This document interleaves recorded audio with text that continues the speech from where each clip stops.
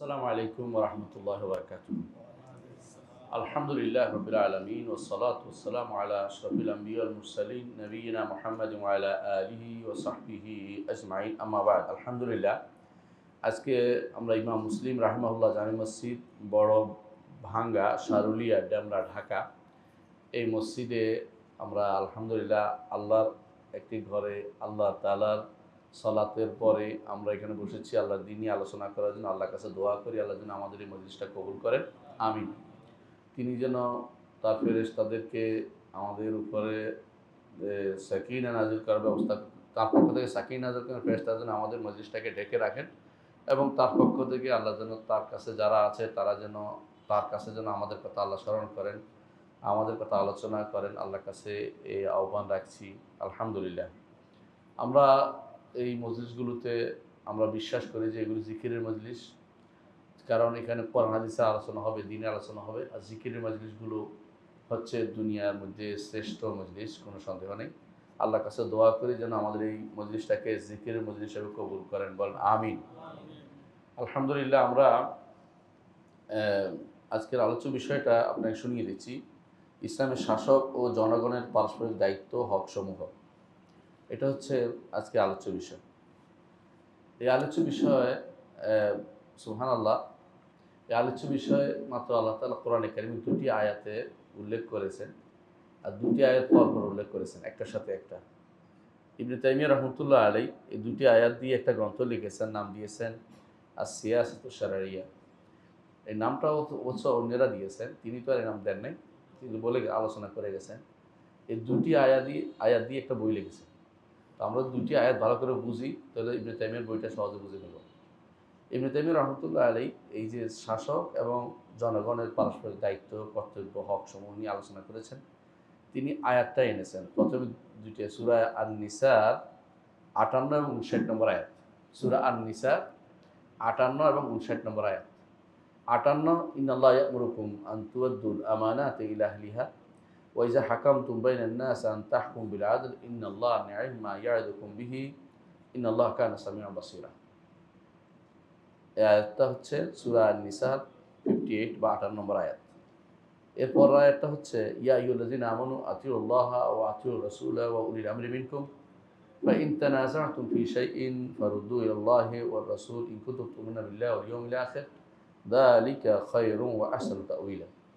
সূরা আন-নিসা 59 বা 59। এই দুটি আয়াতেই মূলত আমরা এই বিষয়টা নিয়ে আলোচনা করব। দুটি আয়াত নিয়ে আলোচনা হবে পুরোটাই ইনশাআল্লাহ। কারণ শাসক ও শাসিতের ব্যাপারে কোরআনে কারিমে এই দুটি আয়াতে বিস্তারিত বলছে। বাকিগুলি আমরা এর সাথে তাবের হিসেবে আনবো, সাথে সাথে আত-তাবের তাবে যেমন বলা হয় ফিকহের কায়দা ফিকহি হিসেবে। তাহলে আমরা দেখতে পাচ্ছি যে এই আয়াতের যে যদি বলেন যে শাসক ও শাসিত, সরকার ও জনগণ, সেটাই বলেন। সরকার ও জনগণের মধ্যে দুটি জিনিসের মধ্যে একটা কম্বাইন্ড আলোচনা হবে। একটা হচ্ছে আদাউল আমানাত ইলা আহলিহা, আমানত তার যারা আমানতের অধিকারী, আমানত রাখার অধিকারী তাদের কাছে দেয়া, প্রত্যাপন করা। মানে আমানত কার কাছে দিবেন আপনি, আপনি একটা যারা মালিক আমানত তার কাছে যথাযথভাবে পৌঁছে দেয়া, এটা হলো ১ নম্বর কথা। তো আমানতগুলো হচ্ছে ওয়ালায়াত এবং আমওয়াল, ইবনে তাইমিয়া বলতেছেন এটা। আর দ্বিতীয় কাজ হচ্ছে আল হুকুম বিল আদল, আন তাহকুম বিল আদল। প্রথম আয়াতটা যেটা বলা হয়েছে যে ইন্নাল্লাহা ইয়া'মুরুকুম আন তু'আদ্দুল আমানাতি ইলা আহলিহা ওয়া ইযা হাকামতুম বাইনান নাস আন তাহকুমু বিল আদল। তো দ্বিতীয়টা হচ্ছে আল হুকুম বিল আদল। তিনি সংক্ষেপে উল্লেখ করে আল্লাহ কোরআনে উল্লেখ করে দিয়েছেন। হুকুম বিল আদল হবে হুদুদ এবং হুকুক, হুদুদ এবং হুকুক। আর হুদুদের ব্যাপারে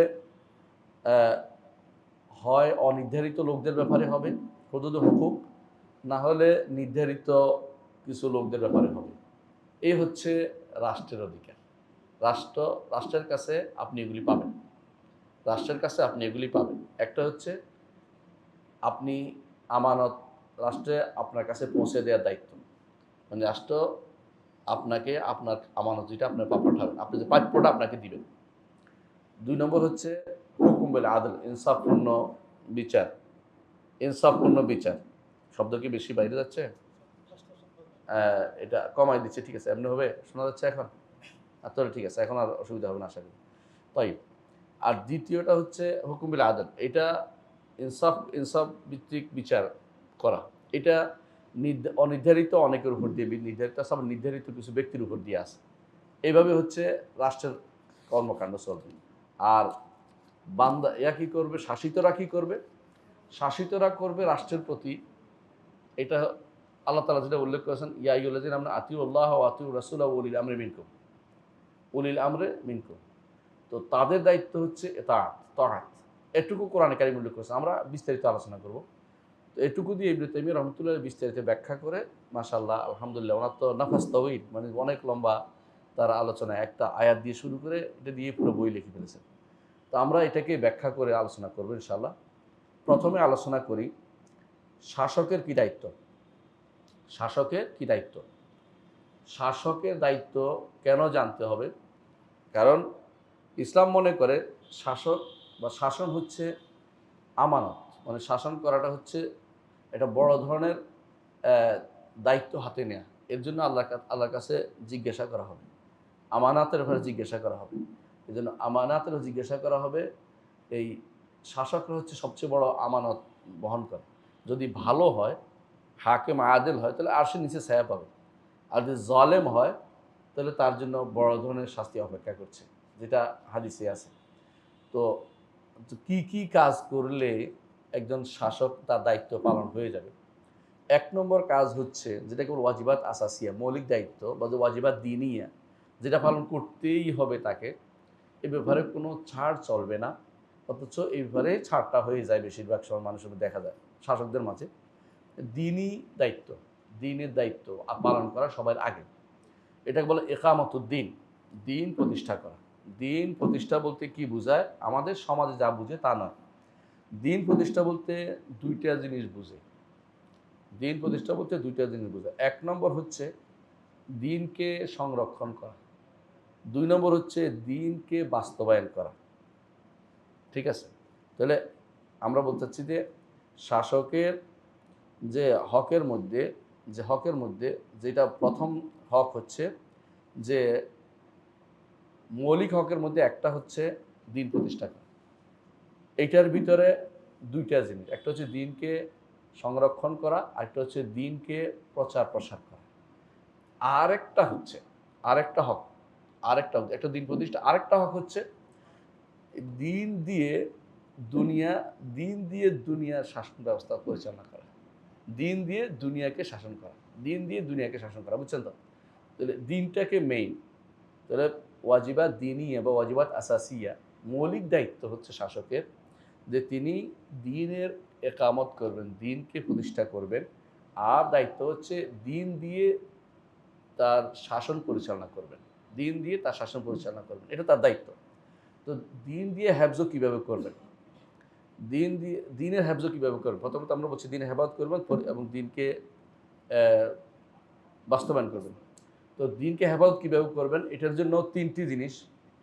এক নম্বর হচ্ছে দিনের প্রচার প্রসার করবেন, তার দায়িত্ব এটা। যেমন রাসূলুল্লাহ নবীরা যেটা করেছেন, মুহাম্মদ সাল্লাল্লাহু আলাইহি ওয়াসাল্লাম যেটা করেছেন, এবং এর দিকে আহ্বান জানাবেন। দাওয়াত ইলাল্লাহ। আমরা ইকামতে দিন বলতে এগুলি কোনোটাই বুঝি না আমাদের সমাজে, তাই না? অথচ মূল কাজটা হচ্ছে ইকামত দিনের নাসরুদ্দিন, আর হচ্ছে আর দাওয়াতু ইলাইহি। এটা প্রথম কাজ হবে দিনের প্রচার প্রসার করা এবং এই দিনের দিকে মানুষদেরকে আহ্বান জানানো। কীভাবে আহ্বান জানান? বিল কালাম, কলম দিয়ে, লিখনির মাধ্যমে, বিল লিসান, জিহ্বার মাধ্যমে, অথবা বিস সিনান, তিনি যেহেতু শাসক, তার সিনানের ক্ষমতাও আছে, তরবারির ক্ষমতাও আছে। ওমর রাদিয়াল্লাহু আনহু যেটা তোলা দিতেন, উপরে উঠাইলে বুঝতেন যে ভয় পাইছে, সবাই ঠিক হয়ে যেত। আর উল্টাপাল্টা করলে তিনি কী করতেন? সবিকের যেমন পিটাইছেন, সবিক কোরআন নিয়ে এখান থেকে ওইখানে বিরুদ্ধে লাগাচ্ছিল। ওমর রাদিয়াল্লাহু বলছেন একটা আনো, খেজুরের ডাল আনো, খেজুরের ডাল দিয়ে মাথা পিটিয়েছেন, বলতে গেছে? বলে হ্যাঁ, সব চলে গেছে। বলে এরকম না হলে সিনান লাগবে, শাসকের এটা বিশেষ দায়িত্ব। এই জন্য এক নম্বর কাজ হচ্ছে একামতুদ্দিনের প্রথম কাজ হচ্ছে কি করা? সংরক্ষণ করা। আর সংরক্ষণ করতে হলে, দিন সংরক্ষণ করতে হলে এক নম্বর দায়িত্ব, আমি একের ভিতরে এক আবার আসছি, বুঝছেন তো? প্রথম দায়িত্ব হচ্ছে দিনকে প্রসার করা, দিনের দিকে মানুষকে আহ্বান করা। বিল কালামি ওয়াল লিসানি ওয়া বিস সিনানি। কলম, লিসান এবং সিনান। সিনান মানে হচ্ছে তরবারি, অস্ত্র। অস্ত্র দিয়ে হইলেও সোজা করতে হবে তাদেরকে, অস্ত্র দিয়ে হইলেও সোজা করতে হবে। যেখানে অন্যায় আছে সেখানে অস্ত্র ব্যবহার করতে হবে। এটা তার দায়িত্বের ভিতরে পড়ে, এটা ছাড়ের ভিতরে পড়ে না। এটা এক নম্বর দায়িত্ব। দ্বিতীয় দায়িত্ব হচ্ছে দফর সুবলা বাতিল ও মহারাবাতিহা।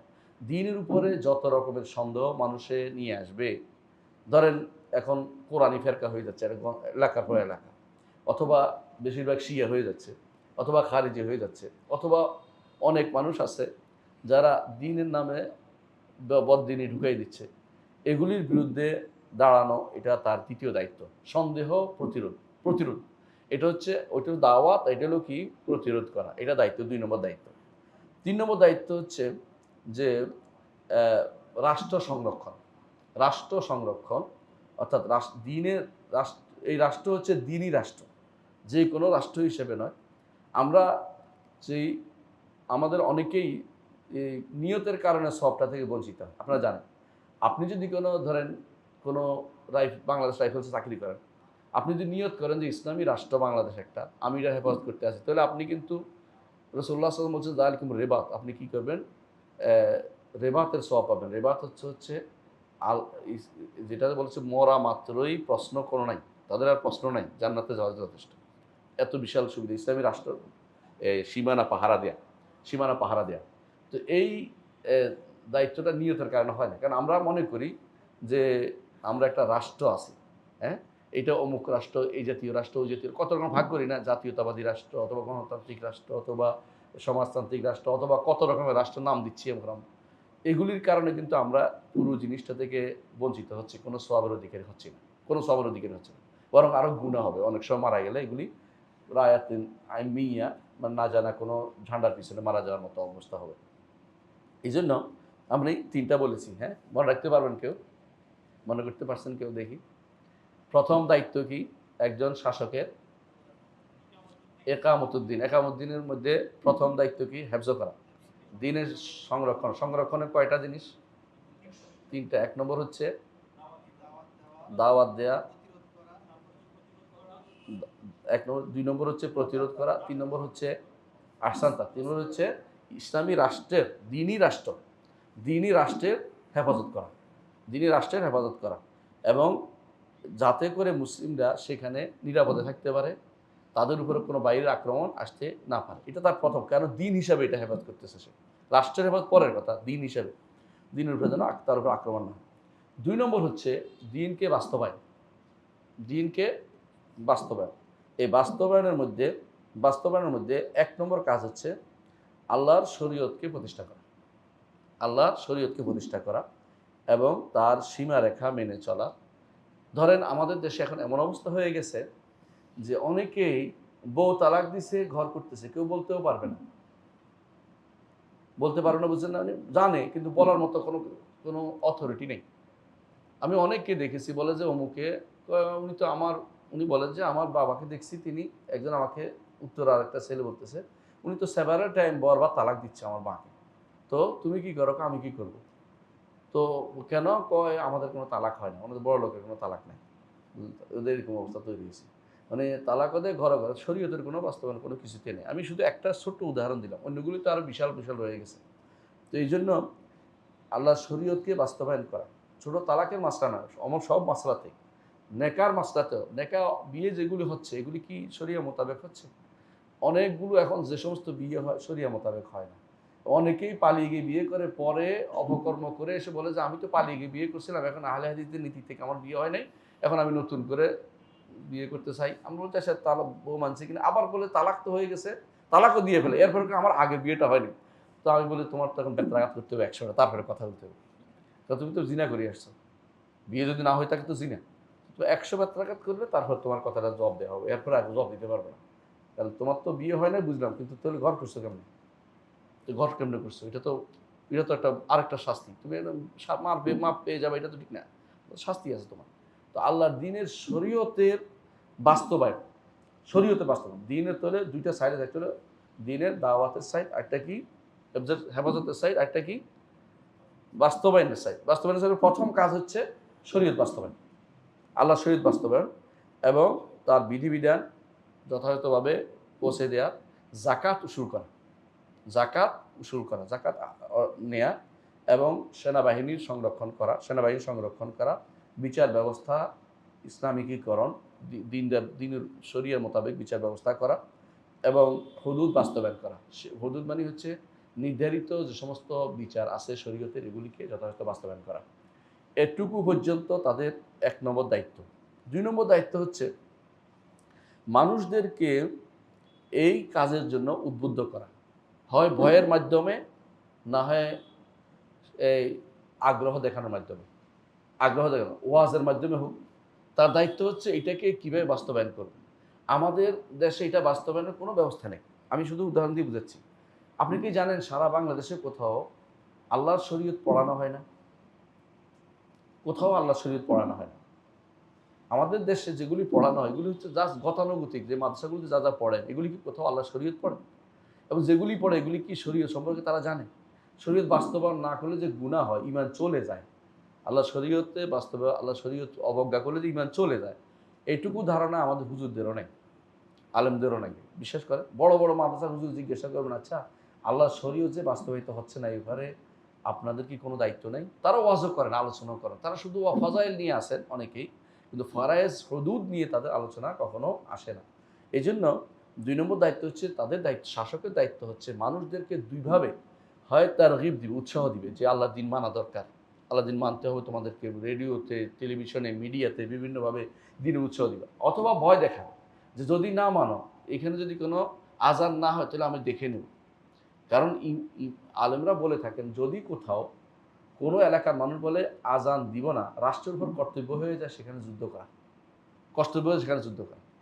ইবনে তাইমিয়া রাহমাতুল্লাহ আলাইহি যুদ্ধ করেছেন তাতারদের বিরুদ্ধে। কি জন্য বলেন তো? কারণ তারা শরীয়ত বাস্তবায়ন করতে অস্বীকার করেছিল, এই জন্য ইবনে তাইমিয়া যুদ্ধ করেছেন।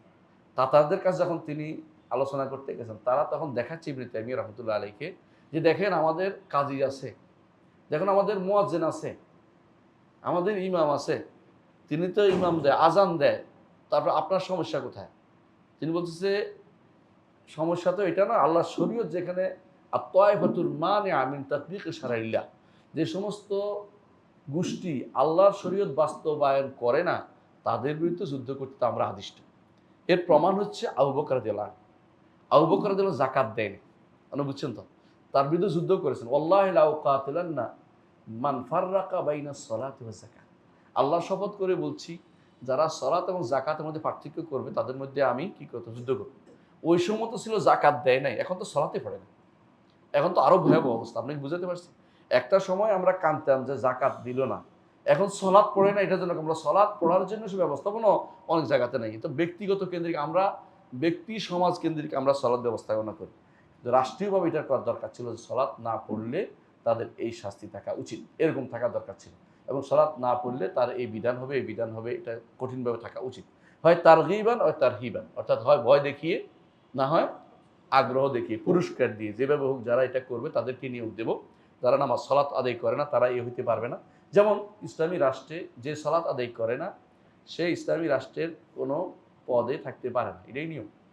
কারণ সে তো এমপি হতে পারে না, সে বিচারক হতে পারবে না, সে ডিসিএসপি হতে পারবে না, সে কোনো দায়িত্বে থাকতে পারে না। কেন? সে তো মুসলিম না, যে সালাত আদায় করে না, একবারে বাদ দিয়ে দিছে। যে পড়ে ছাড়ে সেটা হলো গুনাহগার, বা এটা ইখতিলাফের মাসালা, এ নিয়ে আমি যাচ্ছি না। কিন্তু যারা আমাদের দেশে একটা বিশাল গোষ্ঠী আছে দিন সম্পর্কে সম্পূর্ণ অবজ্ঞা করে যাচ্ছে দিনকে, এবং সেগুলি তারা বিভিন্ন মিডিয়াতেও বলে যাচ্ছে অবলীলায়, কোনো মুখে কোনো বাঁধছে না। বরং যারা দিন মানে তাদের বিরুদ্ধে যত বেশি খোঁচাখুচি করতে পারে, যত বদনামি করতে পারে, তারা অনেকটা বেশি খুশি থাকে। তো এইগুলি কিন্তু রাষ্ট্রীয় দায়িত্ব, ব্যক্তি দায়িত্ব না। এখন ব্যক্তি দায়িত্ব হিসেবে আমরা নিয়ে আমাদের অনেকেই নিয়ে কষ্ট পায়, কিন্তু রাষ্ট্রীয় দায়িত্ব হলে এই কষ্টটা কমে যেত।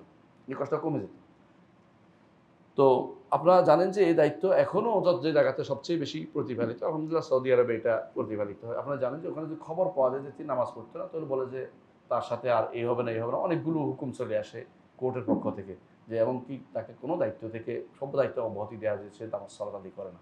তো এরকম যদি থাকতো যে তারহিব, যে সালাত আদায়কারীকে প্রাধান্য দেওয়া হবে বা তাদেরকেই দেওয়া হবে, যারা সালাত আদায় করে না তাদেরকে বাদ দেওয়া হবে, দেখবেন মানুষ সুন্দর হয়ে যেত। কারণ আল্লাহ তাআলা ইন্নাল্লাহা লা ইয়াজরু বিস-সুলতানি মা লা ইয়াজরু বিল কোরআন, এটা ওসমান রাদিয়াল্লাহু আনহু বলেছেন। ইমাম ইবনে কাসির রহমতুল্লাহ আলাইহি এটা এনেছেন সূরা হাদিদের তাফসিরে, যে আল্লাহ তাআলা সুলতান দিয়ে যা, শাসক দিয়ে যা করতে পারেন, ওয়াজ দিয়ে তা করতে পারেন না, কোরআন দিয়ে তা করতে পারেন। আপনি কোরআন ওয়াজ করলেন, শুনলো না, আসলোই না, কিন্তু শাসকের একটা অর্ডার কিন্তু অনেক ভালো কাজ দেয়। আপনি ভালো করে দেখবেন, যে কোনো একটা অর্ডার অনেক ভালো কাজ দেয়। তো এরকম এই জন্য দুইটি কাজ আমরা বলেছি, কি দুইটা কাজ। একামতের দিনের তলে কয়টা ধারা হলো? দুইটা স্যার। একটা হলো কি, আবার বলছি মনে থাকার জন্য, দিনকে হেফাজত করা, আর একটা হলো দিনকে বাস্তবায়ন করা। দিনকে হেফাজত করার কথা তিনটা বলছি, আর দিন বাস্তবায়নের কথা দুইটা বলছি। বুঝতে আসছে? তাহলে আমরা এটা মনে থাকার জন্য, মুখস্থ রাখার জন্য বলছি, যাতে করে বুঝতে পারি যে আমরা আসলে একামতের দিন নামে যা চালিয়ে যাচ্ছি আসলে কি একামতের দিন কিনা। একামত দিন তো এটা রাষ্ট্রীয় দায়িত্ব, ব্যক্তিরও দায়িত্ব, তার অধীনস্থদের জন্য প্রত্যেকে তার দায়িত্বশীল। প্রত্যেকে কুল্লুকুম রাইন ওয়া কুল্লুকুম মাসউলুন আন রাইয়াতিহি। আপনার ঘরে আপনি দায়িত্বশীল, আপনি এটা আদায় করবেন। এইটাই হচ্ছে দ্বিতীয়টা, যেটা এটা হচ্ছে দ্বিতীয় যেটা বলছি, যে মানুষদেরকে তারহিব দিয়ে কাজ করবেন। এটা দুই জায়গায় হয়। শাসক করবে হাতের মাধ্যমে, শাসক করবে হাতের মাধ্যমে। রাসূলুল্লাহ সাল্লাল্লাহু আলাইহি ওয়াসাল্লাম বলেছেন, মান রা মিনকুম মুনকারান ফালিয়ুগাইয়ির বিয়াদিহি ফাইন লাম ইস্তাতি' ফাবিলিসানি ফাইন ইস্তাতা' বিকলবি। তো শাসক কিভাবে করবেন? হাতে করবেন তার, মানে এটা একদম পুরা কট্টরভাবে করতে পারবেন তিনি। মুখও করবেন, এবং কি তিনি তার জন্য ৩ নম্বরটা না, কারণ আদফুল ঈমান তার কাজ না, যে আমি ঘৃণা করে দিলাম। ঘৃণা করার কি আছে? তাতে তো ক্ষমতা আছে বেশি, তার ক্ষমতা আছে। সে হাত দিয়েও করবেন, মুখ দিয়েও করবেন। আমাদের জন্য যারা, এটা আমর বিল মারুফ নাহি আনিল মুনকারের পর্যায়ে, এটা হলো আমর বিল নাহি আনিল মুনকার। এটা শাসক বাস্তবায়ন করবেন, এর জন্য লোক নিয়োগ দিবেন। আরব দেশে এটা আগে লোক ছিল, বলতো যে মোতাওয়া। মোতাওয়ারা কি করতো? কেউ যদি কোনো এই দরজা বন্ধ করতো না মসজিদের, তাহলে কি ইয়ার দোকানের, তো দোকানে তালা লাগাই দিত। আর আমি একবার কাশিমে ছিলাম, দেখছিলাম যে ওখানে যদি অমুসলিম যারা কাজ করে, তারাও দরজা বন্ধ করে ভিতরে থাকে ভয়ে, যে ধরে নিয়ে যাবে। তো আমাদের বাংলাদেশিরা তো অমুসলিম না, তারপর নামাজ পড়তে যায় না। তো এর মতো ওরা ধরে এনে ওই আকাশের তারকা ইয়ার দিকে, সূর্যের দিকে, হ্যাঁ, ইট একটা দিয়ে বলে তাকাই থাকবে ইটের দিকে। ১ ঘন্টা ২ ঘন্টা পরে সোজা হয়ে যায়, এরপরে আর এক জীবনে কোনোদিন সালাত ত্যাগ করে না, সোজা মসজিদে চলে যায় আজান হইলেই। তো এটা থাকার দরকার আছে কেন? এটা হলো শাসকের কাজ, তাই না? শাসকে এই কাজটা করবে। এর বাইরে প্রত্যেকেই যে যেখানে মাসউল, সেখানে তার আমর বিল নাহি আনিল মুনকার দায়িত্বটা তার রয়েছে। যেমন তার এলাকাতে ডিসি সাহেব তার এলাকার দায়িত্বশীল, এবং কি যারা এলাকার আছেন, এই উপজেলা নির্বাহী অফিসার, তিনি তার এলাকার দায়িত্বশীল। চেয়ারম্যানরা তার এলাকার দায়িত্বশীল, মেম্বার তার অধীনস্থ দায়িত্বশীল। একটা পরিবারের মধ্যে পিতা তার ঘরের ব্যাপারে দায়িত্বশীল, পুরা ইয়ার ব্যাপারে। একটা মা তার একান্ত ঘরের মেয়েদের ব্যাপারে বা ছেলেদের ব্যাপারে ঘরের মধ্যে দায়িত্বশীল, আর পিতার সন্তানদের পুরো দেশে ঘরে বাইরে সবখানে দায়িত্বশীল। এই জন্য রাসূলুল্লাহ সাল্লাল্লাহু আলাইহি ওয়াসাল্লাম হাদিসটা আপনাদের মনে আছে, কুল্লুকুম রাইন ওয়া কুল্লুকুম মাসউলুন আন রাইয়াতি। প্রত্যেকেই এখানে একটা শাসকের ভূমিকা পালন করে, প্রত্যেকেই। এই জন্য এই কাজটা, এই প্রথম কাজটা হলো কি, একামতুদ দিন, এটা আমরা আলোচনা করলাম। দ্বিতীয় দায়িত্ব, শাসকের দ্বিতীয় প্রধান দায়িত্ব হচ্ছে এই দিন দিয়ে দুনিয়া বাস্তবায়ন করা, দুনিয়া শাসন করা। দিন দিয়ে শাসন করবে। যারা এর বিপরীতে বিভিন্ন তন্ত্রমন্ত্র নিয়ে এসেছেন, অর্থাৎ কেউ দিন দিয়ে শাসন করবে কি, দিন তো শিখেই নাই। আপনি যদি কোনো হুজুরদেরকে কাছে যান না, আমার দেশের হুজুরদের কাছে, হুজুর দিন দিয়ে কেমনে শাসন করবে, হুজুর কিন্তু দিতে পারবে না। এমনকি এখন পর্যন্ত একটা, যদি বলেন যে আচ্ছা আপনারা সবাই মিলে আমাদেরকে এই একটা ইসলামিক সংবিধানটা রচনা করে দেখবেন, যে অনেকেই খবর নেই, কইতে পারবে না এটা কীভাবে করবে। কিন্তু এটা দায়িত্ব ছিল। এরা অমুকে ফর্মুলা দেওয়ার জন্য ব্যস্ত হয়ে পড়ছে। এর কারণ হচ্ছে আমরা দিনকে শিক্ষা ব্যবস্থায় আনি নাই। শিক্ষা ব্যবস্থায় শুধু সালাত যাকাত কেমনে আদায় করবে এটুকুর মধ্যে শিক্ষা দেওয়া হয়, অথবা আগে ৪০ হাদিস শিক্ষা দেওয়া হতো, ৪০ হাদিস মুখস্থ করলে বিশাল কিছু মনে করা হতো। এখনও দিনের মধ্যে আপনি রাষ্ট্র ব্যবস্থা কিভাবে হবে, ওই যে পৌরনীতি যারা পড়ায়, কি পড়ায় এদেরকেই বলে, হ্যাঁ হ্যাঁ যারা ইউনিভার্সিটিতে যারা বিভিন্ন নতুন নতুন সাবজেক্ট খুলছে, যেই সাবজেক্টগুলো আমার ইসলামের সাথে কোনো সম্পর্ক নেই, ধরুন অর্থনীতির বিষয়টা ইসলামের সাথে কোনো সম্পর্ক নেই। এই জন্য আমাদের দেশে অর্থমন্ত্রী বলতে পারে এই কথা, যে ইসলামী অর্থনীতি বুঝি না, সারা বলে বলছে। কত সময় আপনারা শুনছেন না এরকম, যে এটা কি বুঝে আসে না, এটা কোনো অর্থনীতি হইতে পারে নাকি, এরকম নাউজুবিল্লাহ। এবং অনেকে এইটাও বলে ফেলে যে এটা এখন আর চলে না, তো তুই কাফের হয়ে যায় সঙ্গে সঙ্গে। কেউ যদি বলে যে এটা এখন চলে না, কাফের হয়ে যাবে, কারণ সে এটা না না চলে এটা বলতে পারে। ইসলাম কমপ্লিট কোড অফ লাইফ, জীবনের সর্বক্ষেত্রে ইসলাম আছে, সেখানে আপনি চলে না বলতে পারেন না এটাকে, আপনাকে এটা পড়াইতে হবে। তো এখন সমস্যা হচ্ছে পড়তেও দিব না, পড়বো না, পড়তেও দিব না, এমন একটা পরিবেশ দাঁড়িয়ে গেছে। এইটা যে দাঁড়াইছে, এটার নাম আরেকটা এরা দান দিন ইল্লা, আল্লাহ দিন থেকে মুখ ফিরিয়ে থাকা কুফরি। ওমান আযলামু মিম্মান যুক্কিরা বিআয়াতি রাব্বিহি সুম্মা আ'রাদা আনহা ইন্না মিনাল মুজরিমিনা মুনতাকিমুন। দিন থেকে যারা বিমুখ থাকে, পড়বেও না, পড়াবেও না, তারা হচ্ছে বড় মুজরিম, পাপিষ্ঠ। এরা এই দেশের মধ্যে একটা পুরো সয়লাব হয়ে গেছে। আপনি এমন কোনো ইউনিভার্সিটি পাবেন না যেখানে দিনকে প্রতিটা জায়গায় জায়গায় পড়ানো হয়। কারণ আমাদের দরকার পৌরনীতি, আমাদের দরকার রাষ্ট্র কীভাবে চলবে, আমাদের দরকার বৈদেশিক সম্পর্ক কীভাবে হবে, আমাদের দরকার অর্থনীতি কীভাবে হবে, আমাদের সব কিছু দরকার না। কিন্তু আমরা পড়াচ্ছি দর্শন। দর্শন তো কুফুরির মতো, কোনো কাম নেই দর্শন। ইসলামের কোনো দর্শন নেই। ইসলাম হচ্ছে মেনে নেওয়ার নাম। আপনি দর্শন দিয়ে কিছু বানাবেন না, আপনি কোরআন সুন্নাহ থেকে বের করে চালাবেন। কিন্তু এটা না করে আপনি কি করছেন? আপনি চিন্তা করে নতুন একটা বের করে দিচ্ছেন, নতুন ফর্মুলা দিচ্ছেন, এটা তো হবে না। কোরআন এবং সুন্নাহ থেকে বের করে আপনি চালাতে হবে। প্রত্যেকটা ডিপার্টমেন্ট আপনার চলবে, যেগুলো রাষ্ট্র পরিচালনা কেন্দ্রিক, এগুলোর কথা বলতেছি। বিজ্ঞানের বিষয়ে আমি আলোচনা করছি না, কারণ এগুলো জাগতিক বিষয়। কীভাবে পানি থেকে আপনি বরফ বানাবেন, এটা আমার ইসলামের কোনো সমস্যার ভিতরে পড়ে না, যদি না আপনি কোনো কিছু করেন। আমি বুঝাতে পারছি। কিন্তু যেগুলো ইসলাম দিয়ে দিয়েছে, নির্ধারণ করে দিয়েছে, শাসকের দায়িত্বের ভিতরে পড়ে, শাসিত দায়িত্ব হচ্ছে এটা মেনে নেওয়া। সেখানে আপনি যা ইচ্ছা তা মানতেও পারবেন না, যা ইচ্ছা তা বাস্তবায়ন করতে পারবেন না। কিন্তু এই কথা আপনি কতদূর বলতে পারবেন? এটা যদি পরিবর্তন করতে আপনাকে মূল জায়গায় চেঞ্জ আসতে হবে। সেটা কি? শিক্ষা ব্যবস্থায় চেঞ্জ আনতে হবে। সে শিক্ষা ব্যবস্থায় চেঞ্জের জন্য আপনি কেউ চিন্তাও করে না। এজন্য এমন লোকদের হাতে কখনো কখনো শিক্ষা ব্যবস্থা আসে যারা দিন সম্পর্কে কিছুই জানে না। দিন সম্পর্কে তাদের অবজ্ঞাই বেশি প্রকাশ পায়। অনেককে আপনি দেখতে পাবেন এরকম। আমি সবাইকে বলছি না, অনেককেই দেখতে পাবেন এরকম। তো এরকম অনেকে যারা দিন সম্পর্কে কিছুই জানে না, এদেরকে দায়িত্ব দিচ্ছে। আপনি দুনিয়া সম্পর্কে জানে একজন দেন, দিন সম্পর্কে একজন দেন, তাহলে দেখা গেল অন্তত জানার ব্যাপারটা তারা কম্বিনেশন করতে পারত। এটা না করে আপনি এমন লোকদেরকে দিচ্ছেন দিনের ব্যাপারে তাদের কোনো আগ্রহই নেই, তারা দিন শুনতে চায় না। তাহলে আপনি বুঝতে পারছেন যে দিন দিয়ে দুনিয়া শাসনের জন্য আমাদের যে মূল নীতি ছিল সেটা আমরা বাস্তবায়ন করতে পারিনি। এই জন্য এটা তাদের দায়িত্ব, শাসকের দায়িত্ব। তো এটার অধীন কি দায়িত্ব আছে? এটার অধীনে কি আছে? ১ নম্বর হচ্ছে ইনসাফ প্রতিষ্ঠা করা। আচ্ছা, ইনসাফ প্রতিষ্ঠা কিভাবে করবে?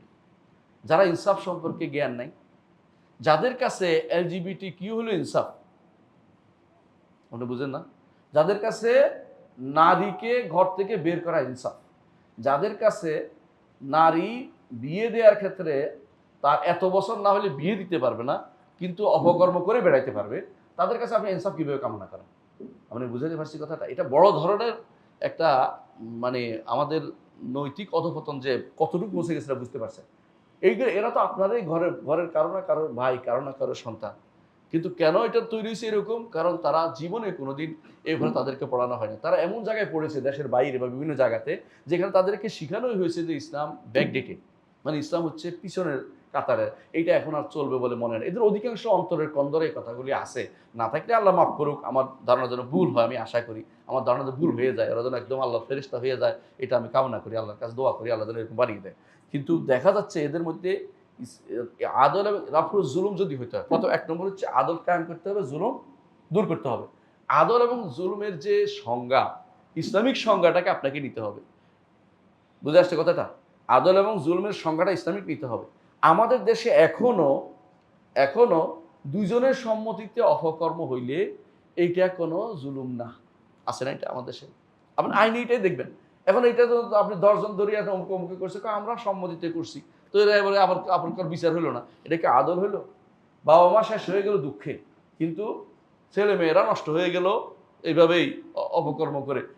এই জন্য আমরা আগেই বলছিলাম যে আদল এবং রাফুজুল এটা দায়িত্ব কার? শাসকের। দ্বিতীয় দিন দিয়ে দুনিয়া শাসন করবে, দিন দিয়ে তার রাষ্ট্র শাসন করবে, দিন দিয়ে। তিনি আদল ও ইনসাফের জায়গাটা এখনো খুঁজে পাচ্ছেন না ওনারা অনেকেই। হ্যাঁ, এই জন্য আদল এবং জুলুমকে প্রতিহত করতে হবে। জুলুমকে প্রতিহত করার জন্য আদল প্রতিষ্ঠা করতে হবে। আর আদল যদি হয়, ইন্নাল্লাহ ইয়ামুরু বিল আদলি ওয়াল ইহসান ওয়া ইতাই যিল কুরবা ওয়া ইয়ানহা আনিল ফাহশাই ওয়াল মুনকার ওয়াল বাগি। এই আয়াতের তাফসীর দেখবেন। এই আয়াতের তাফসীর ইবনে তাইমিয়া লম্বা আলোচনা করেছেন যে এই একটি আয়াত শাসকের জন্য খুবই দরকার। ইয়ামুরু বিল আদলি ওয়াল ইহসান, আদল এত বেশি দরকার, মানে এত বেশি দরকার সব মানুষের মাঝে, যে আদল যদি হয়, ইবনে তাইমিয়া বলতেছেন দৌলাল আদলাকে আল্লাহ সাহায্য করে, যদিও কাফের রাষ্ট্র হয়। দৌলাল আদেলা, যে দৌলা ইনসাফ করে, সেই দৌলাকে আল্লাহ সাহায্য করে, যদিও তাদের মধ্যে কি থাকে, উল্টাপাল্টা থাকে। আর দৌলা জলেমা, যেটা জুলুম করে, যেটা আল্লাহ সাহায্য করে না, হ্যাঁ কিছুদিন করবে, একসময় সেটাকে সরাই দিবে, তারা প্রতিষ্ঠিত থাকতে পারবে না। এটা এই জন্য যে তারা মানুষের ক্ষতি করে, আর মানুষের জুলুম যখন হয়, মানুষ সেটাকে আল্লাহ, সেখানে আল্লাহ তাআলার পক্ষ থেকে কখনো ভালো কিছু নাজিল হয় না। তাহলে 1 নম্বর কাজ কি বলছিলাম? 1 নম্বর কাজ কি? আদল। তাদের দিন প্রতিষ্ঠা করার জন্য প্রথম হচ্ছে আদল প্রতিষ্ঠা করা, তাই তো? এটা আদল প্রতিষ্ঠা করতে হলে আমাদের কোর্টগুলোকে ইসলামিক হতে হবে। কারণ আদল প্রতিষ্ঠা করার দায়িত্ব সরাসরি শাসকরা করে না, কারা করে? বিচার ব্যবস্থা করে। বিচার ব্যবস্থা ইসলামিক হচ্ছে না, এটা একটা বড় ধরনের সমস্যা। ইসলামিক বিচার ব্যবস্থা বলে কোনো কিছু পড়ানো হয় না। আপনি কোথাও দেখছেন পড়াতে? কোনো পড়ানো হয় না। হুদুদ কেসাস পড়াইতে গেলে হয়তো আপনার উপর দিয়েই বিপদ আসবে যে এরা কি পড়াচ্ছে। আমাদের ইসলামী বিশ্ববিদ্যালয়ে একটা শরিয়া অনুষদ ছিল, পড়ানো হতো না, নামটা ছিল, তেমন কিছু পড়ানো হতো না, আমরা অল্প পড়াইতাম কিছু কিছু, নামটাই কেটে দিছে যাতে করে শরিয়া নামে কিছু না থাকতে পারে। বাংলাদেশে এতগুলো ইউনিভার্সিটি আছে, কোথাও শরিয়া নামে কোনো অনুষদ নেই। অথচ আপনি ঠিক সৌদি আরব যান, প্রত্যেকটি ইউনিভার্সিটির প্রাণ হচ্ছে শরিয়া অনুষদ। শরিয়া অনুষদ দিয়েই ইউনিভার্সিটি শুরু হয়। কারণ এটা দিয়ে শুরু হবে কেন? এটাই এই দেশের মানুষের চাওয়া পাওয়া, যে শরিয়া এই দেশের মানুষের, মুসলিমদের চাওয়া পাওয়া। আমরা কোনো কাফেরদের উপরে আমাদের শরিয়ার বিধান বাস্তবায়ন করতে বলি না, কারণ তাদের বিষয় আলাদা। কিন্তু আমাদের উপরে আমাদের বিধানটা পরিচালিত, এটা আমাদের দায়িত্ব, এটা অন্তরের দায়িত্ব, আমাদের ইমানি দায়িত্ব, আমাদের এটা অধিকার বাস্তবায়নের আমাদেরকে দেয়া হচ্ছে না। 2 নম্বর কাজ হচ্ছে শাসকের, যে তারা মানুষের মধ্যে বিচ্ছিন্নতা তৈরি করবে না। এই বিচ্ছিন্নতার একটা বীজ হচ্ছে দলে দলে ভাগ করে দেয়া। ইসলামে দলাদলি নাই, এজন্য বিচ্ছিন্নতা তৈরি করবে না, এটা ইসলাম বলে। কিন্তু আমাদের দেশে দল করবে না, এটা এখন ধারণাও করতে পারেন না। আপনাদের মধ্যে এমন বহু আছেন যার দলের ভিতরে কেউ না কেউ ঢুকে আছে। আমি সংগঠনের কথা বলছি না, দলীয় যে টেন্ডেন্সি কাজ করতেছে অনেকের ভিতরে, এবং মনে করে দলের মাধ্যমে ইসলাম, কেউ বলে পক্ষে, কেউ বলে বিপক্ষে। মানে এই যে সিস্টেমেটিক বিপক্ষের কাজ করা, একজনের ভেটো দেয়া, একজনের পক্ষে আর সংখ্যাগরিষ্ঠের মধ্যে পাশ করে দেয়া, এটা ইসলামিক নীতি নয়, এটা ইসলাম কোনোদিনও মেনে নেয় না। তার দায়িত্ব হবে যেটা ইসলাম হক, এটা একজন হইলেও এটা সত্য। আবু বকর রাদিয়াল্লাহু আনহু একা ছিলেন, কার বিরুদ্ধে যুদ্ধ করতে? যাকাত আশিকারীদের বিরুদ্ধে। সবাই বিরুদ্ধে করছে, কিন্তু আল্লাহ তাআলার হক ওনার ছিল দেখেই সবাই শেষ পর্যন্ত ওনার কথায় চলে আসছে যে এটাই সত্য। কোরআন দলিল দিতে পারলে সবাই মানবে। আবু বকর রাদিয়াল্লাহু আনহু দাঁড়িয়েছেন কখন? যখন খেলাফতের সময় একদল বলল যে আমাদের থেকে একজন, আপনাদের থেকে একজন, আনসার মুহাজিররা, আমাদের থেকে একজন আমির, আপনাদের একজন, ভাগ ওখানে হয়ে যাচ্ছিল। আবু বকর বললেন যে রাসূলুল্লাহ সাল্লাল্লাহু আলাইহি ওয়াসাল্লাম বলেছেন আল খেলাফাতু ফি কুরাইশ, খেলাফত হবে কুরাইশ থেকে। সঙ্গে সঙ্গে ঠান্ডা হয়ে গেছে, আর কোনো কথা নেই, কারণ রাসূল হাদিসের কাছে ফিরে আসতে হবে। তো ইমামের দায়িত্ব, শাসকের দায়িত্ব হবে তিনি দিন দিয়ে দুনিয়া শাসন করবেন, নিজের মত বেশি লোক দিয়া নয়, দল দিয়া নয়, দিন দিয়ে। দিনের এই কথা আছে, সুতরাং এখানে আর কোনো কথা চলে না।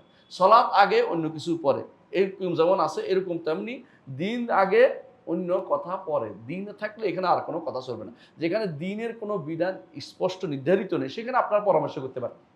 যেমন কয়তলা বিল্ডিং করবে না, পরামর্শের ভিত্তিতে হইতে পারে। কিন্তু বিল্ডিং আরেকজনের বাড়ির উপরে যা পড়ছে, এটা কয়তলা বিল্ডিং, এটা আপনি পরামর্শের ভিত্তিতে, এটা হারামের ভিতরে আছে, এটা করা যাবে না।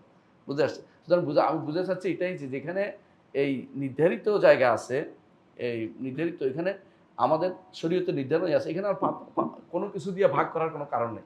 এটা শাসকের দায়িত্ব হবে ঐক্য তৈরি করা। এই ঐক্য হবে দ্বীনের উপরে, এই ঐক্য হবে আকীদার উপরে, এই আকীদার হবে সুন্নাহর উপরে, এটার উপরে তারা ঐক্য তৈরি করবে, শাসকের দায়িত্বের ভিতরে পড়ে। 3 নম্বর, জগৎকে আবাদ করা, এটা শাসকের দায়িত্বের ভিতরে পড়ে। জগৎকে আবাদ করা, তবে যে এমনভাবে করতে ইসলাম এবং মুসলিমদের যেটাতে উপকৃত হবে সেটা।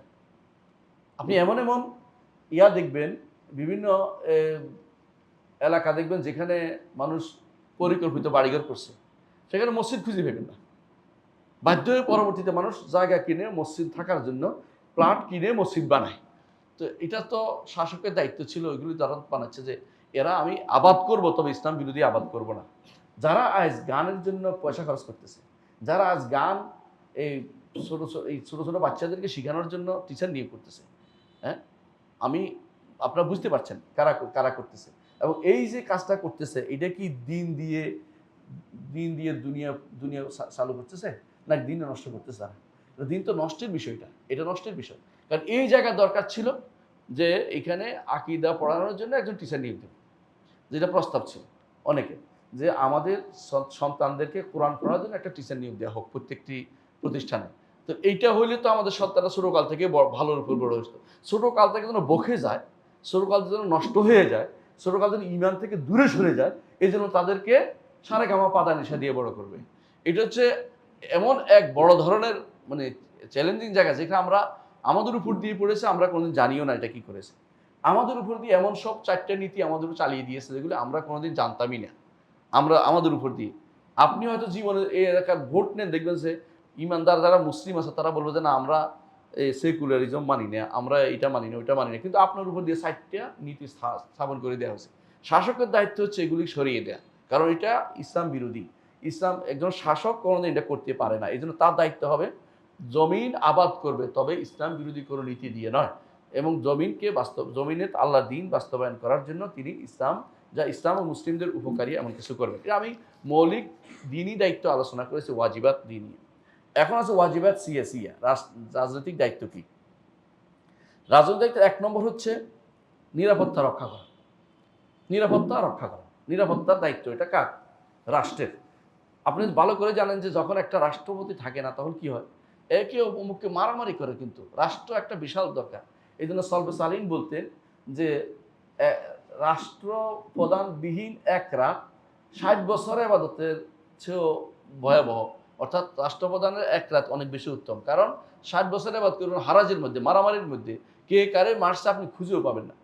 আমার বন্ধু ছিল আদম, ওর নাম ছিল, এই সোমালিয়া। তো সোমালিয়া, তাকে আমি বললাম যে দোস্ত তুমি মন খারাপ করে বসে আছো কেন? তো মন খারাপ করবো না, তুমি আল্লাহর কাছে দোয়া করো একটা শাসক কাফের হইলো যেন আমাদের দেয়। আমি কেন রে, সুমাল তো কাফের নাই, সব তো মুসলিম। আমি রাগ করে কথা বলতেছি কেন? কারণ কোনো শাসক নাই, আমরা মেয়ে নিয়ে যাচ্ছে, একজনের ছেলে নিয়ে যাচ্ছে, মেরে ফেলতেছে, দেশের মধ্যে শুধু হানাহানি মারামারি ছাড়া কিছু দেখি না, কিন্তু কোনো শাসক নাই। কারণ সেনাবাহিনী 2 ভাগ হয়ে গেছে, শুধু মারামারি করতেছে, কে ক্ষমতা যাবে কোনো নির্দিষ্ট কোনো ইয়া নাই। যেমন লিবিয়া একটা ব্যর্থ রাষ্ট্র হয়ে গেছে কিছুদিন আগে। এই জাতীয় জিনিসগুলো যখন শাসক থাকা কিন্তু জরুরি। নিরাপত্তার জন্য শাসন ব্যবস্থা প্রতিষ্ঠা থাকা জরুরি। কিন্তু শাসকের যার রাজনৈতিক দায়িত্বের মধ্যে 1 নম্বর দায়িত্ব হচ্ছে কি বলেছি? নিরাপত্তা ব্যবস্থাপনা করা। আহসানতা, বারাকাল্লাহ। 2 নম্বর দায়িত্ব হচ্ছে শত্রুদের আক্রমণ থেকে রক্ষা করার জন্য দেশে কি করা? দেশের বাহিনীকে শক্তিশালী করা। সেই বাহিনীকে শক্তিশালী করতে আল্লাহ কোরআনে বলে দিয়েছেন, ওয়া'আদ্দু লাহুম মাসতাতা'তুম মিন কুওয়াতিন ওয়া মিন রিবাতিল খাইলি তুরহিবুনা বিআদুওয়াল্লাহি ওয়া আদুওয়াকুম। আল্লাহ তাআলা বলছেন তোমরা প্রস্তুত থাকো। আমাদের দেশটা এমন একটা দেশটা যেখানে আপনি হয়তো খুঁজে পাবেন না যে একদিন যুদ্ধ করতে পারে এমন কোনো অস্ত্র আমাদের নাই, বাইরে যেতে পারে না। এটা দায়িত্ব ছিল। এই টাকা যদি না হতো, আমার দেশে যে বিশাল বিশাল বাহিনী আছে, ওদেরকে আপনি ট্রেনিং দিলে এটা পারবে না কেন? আর টাকা যাকাত থেকে একটা খাতই আছে এটার জন্য।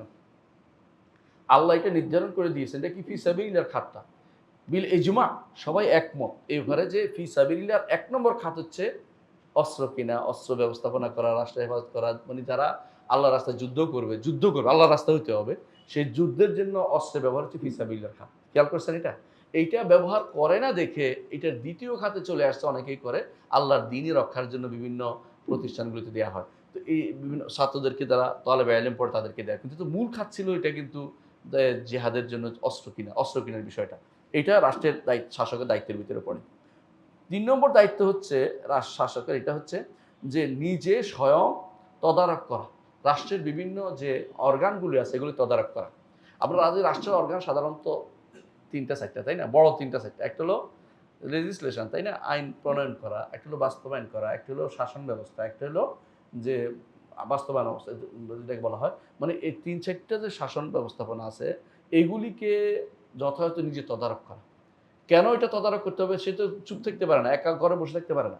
এ দায়িত্ব আপনার ওমর রাদিয়াল্লাহু আনহুর ঘটনা আপনারা শুনেছেন যে তিনি রাতের বেলা বের হতেন এবং বলতেন যে যদি একটা ছাগল যদি মরে যায় কোথায়, ইরাকের ফোরাত নদীর তীরে, আল্লাহ, আমার আশঙ্কা আল্লাহ আমাকে জিজ্ঞাসা করবেন।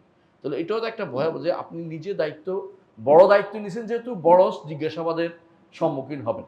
আমরা জানি রাসূলুল্লাহ সাল্লাল্লাহু আলাইহি ওয়াসাল্লাম একটা হাদিস আছে, তিনি বলেছেন মা মিন ইমামিন ইউগলিকু বাবাহু দুনা দাউল হাজাতি ওয়াল খাল্লাতি ওয়াল মাসকানাতি, যে কেউ কোনো ইমাম কোনো শাসক যদি কোনো মানুষের কাছে মানুষ তার কাছে যাওয়া পৌঁছার কাছে রাস্তা বন্ধ করে দেয়, মানে মানুষের কথা না শুনে, আল্লাহ তাআলা তার কাছে যাওয়ার রাস্তা তার জন্য বন্ধ করে দিবেন।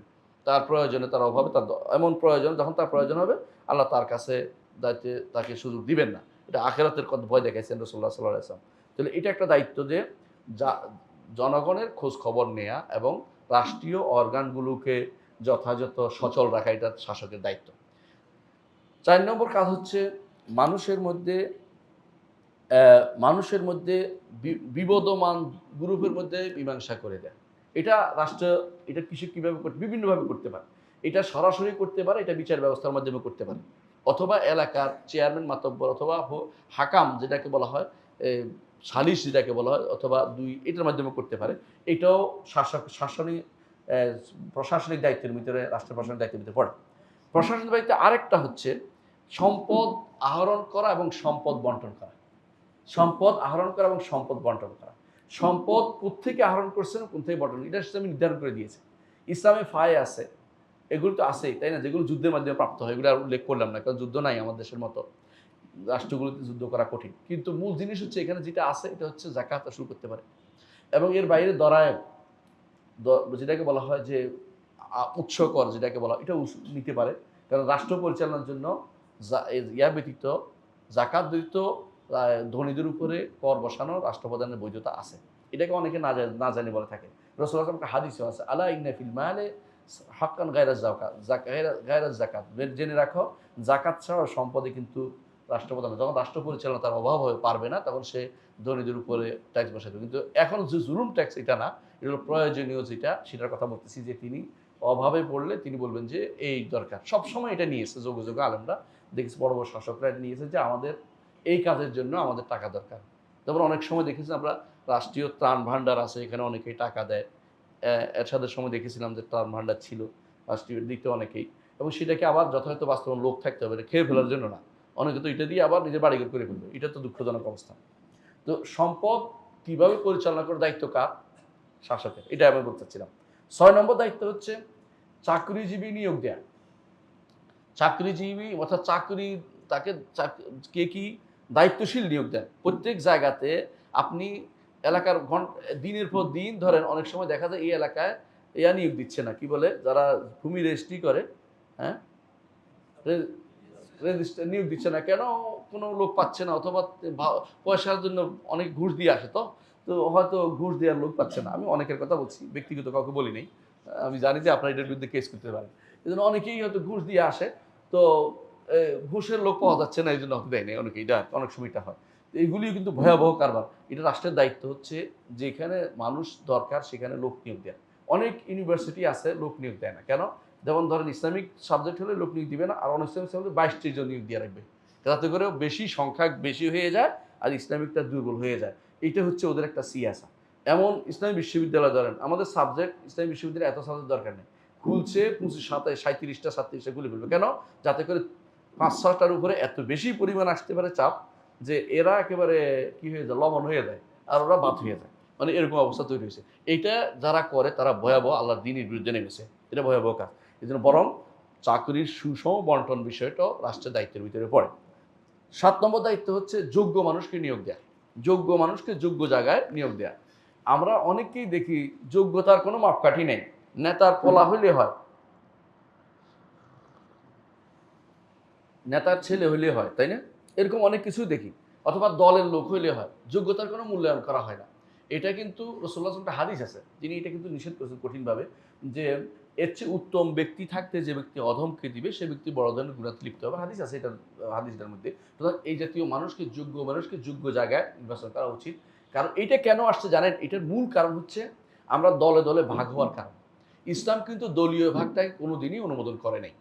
একটা বিরোধী দল হবে, 3টে বিরোধী দল হবে, একটা নির্বাচন করবে, মারামারি করবে, তারপরে একে অপরকে সাঁড়াশি কেমনে তাড়াই দিবে, এটা এই জাতীয় চিন্তা ইসলাম কোনোদিনই আসে না। এটা যতদিন আসছে, যে যখন আর ঢুকছে মুসলিমদের ভিতরে, কার থেকে ঢুকছে এটা? কাফিরদের থেকে ঢুকছে। এটা কোনোদিন মুসলিমদের কোনো চিন্তা চেতনা ছিল না। তখন থেকে আমাদের মূল উদ্দেশ্যটাকে আমরা ব্যাহত হয়ে গেছে। ইসলামের যে শান্তিটা ছিল, শান্তিটা চলে গেছে। এখন আমাদের মাথার ভিতরে আছে ৫ বছর পরে আমি আসবো, ওই ৫ বছর উনি আসবে। যদি আপনি সবাই যোগ্যতাকে সম্মান দিত, সবাই বলবো যে সে যোগ্য, সে মৃত্যু থাকুক, আমার সমস্যা নেই, এটা হইতো। যে এই যোগ্য ব্যক্তি, যোগ্য ব্যক্তিটা চলে গেছে, আমার প্রতিষ্ঠানে কী হবে টেনশনে থাকে। আমরা যখন কোনো টিচার যদি চলে যায়, আমি যে ছোটো প্রতিষ্ঠান চালাই জন্য বলতেছি, আমার মনে টেনশন হয়ে যায় যে এই টিচার কোথায় পাবো, কারণ এরকম যোগ্য টিচার তো আমার দরকার। তো এরকম রাষ্ট্রের দরকার, এরকম যোগ্য লোক চলে যাচ্ছে, এটা তার জন্য দুঃখের বিষয় হওয়া দরকার, যুগের বিষয় দরকার। এই জন্য রসুল ওমর রাদিয়াল্লাহু আনহু কি করতেন, যিনি যিনি না ওনার কথা বলছি, আমের আল জার্রাহ, আবু উবাইদা আল জার্রাহ, ওনাকে পাঠিয়েছেন যুদ্ধের জন্য। হ্যাঁ, খালিদ সাইফুল্লাহর জায়গাতে যুদ্ধের জন্য পাঠিয়েছেন। তো যুদ্ধের জন্য পাঠিয়েছেন কেন? যে আমানতদার দরকার। রাসূলুল্লাহ সাল্লাল্লাহু আলাইহি ওয়াসাল্লাম বলছে আমিনু হাযিল উম্মাহ, এরকম লোকের দরকার। এরকম তিনি বলেন নাই যে আমার দলের না ওই দল, এটা বলে করেন নাই। যেমন ধরেন ওসমান রাদিয়াল্লাহু আনহু, তিনি খলিফা হয়েছেন, এখানে কিন্তু ভোটাভুটি হয়েছে, মানে এই ভোট আপনাদের ভোট না। তো মানে কাকে নিয়োগ করবে, দুইজন আছে, কেউ দাঁড়ায় নাই। একজন হচ্ছে কে আলী রাদিয়াল্লাহু, একজন হচ্ছে ওসমান রাদিয়াল্লাহু। তো এখন দুইজন বলছে আমি এর সমর্থন, বলে যে আমি এর সমর্থন হয়ে গেছে। এরপরে কি দুইজনে ভাগাভাগি ছিল সবসময়? না, পরে সহযোগী হয়ে গেছে। এটাই ইসলামের নীতি। আপনাকে ভালো কাজে সহযোগিতা করতে হবে। তাআওয়ানু আলাল বিররি ওয়াত তাকওয়া ওয়ালা তাআওয়ানু আলাল ইসমি ওয়াল উদওয়ান। এই নীতি চলতে হবে। আমি শেষ করব ইনশাআল্লাহ, দেরি করব না। ৮ নম্বর যে দায়িত্ব, সেটা হচ্ছে যে ইয়াদের প্রতি, জনগণের প্রতি কোমল হতে হবে। জনগণের প্রতি কোমল হতে হবে, তাদের কল্যাণকামী হতে হবে, এবং তাদের পিছু লাগা যাবে না। পিছু লাগা বুঝেন তো? জনগণের ক্ষতি হয়, তাদের বিরুদ্ধে লোক লাগিয়ে রাখা, তাদেরকে কিভাবে দমিয়ে রাখতে হবে, এই চিন্তা চেতনা বন্ধ করতে হবে।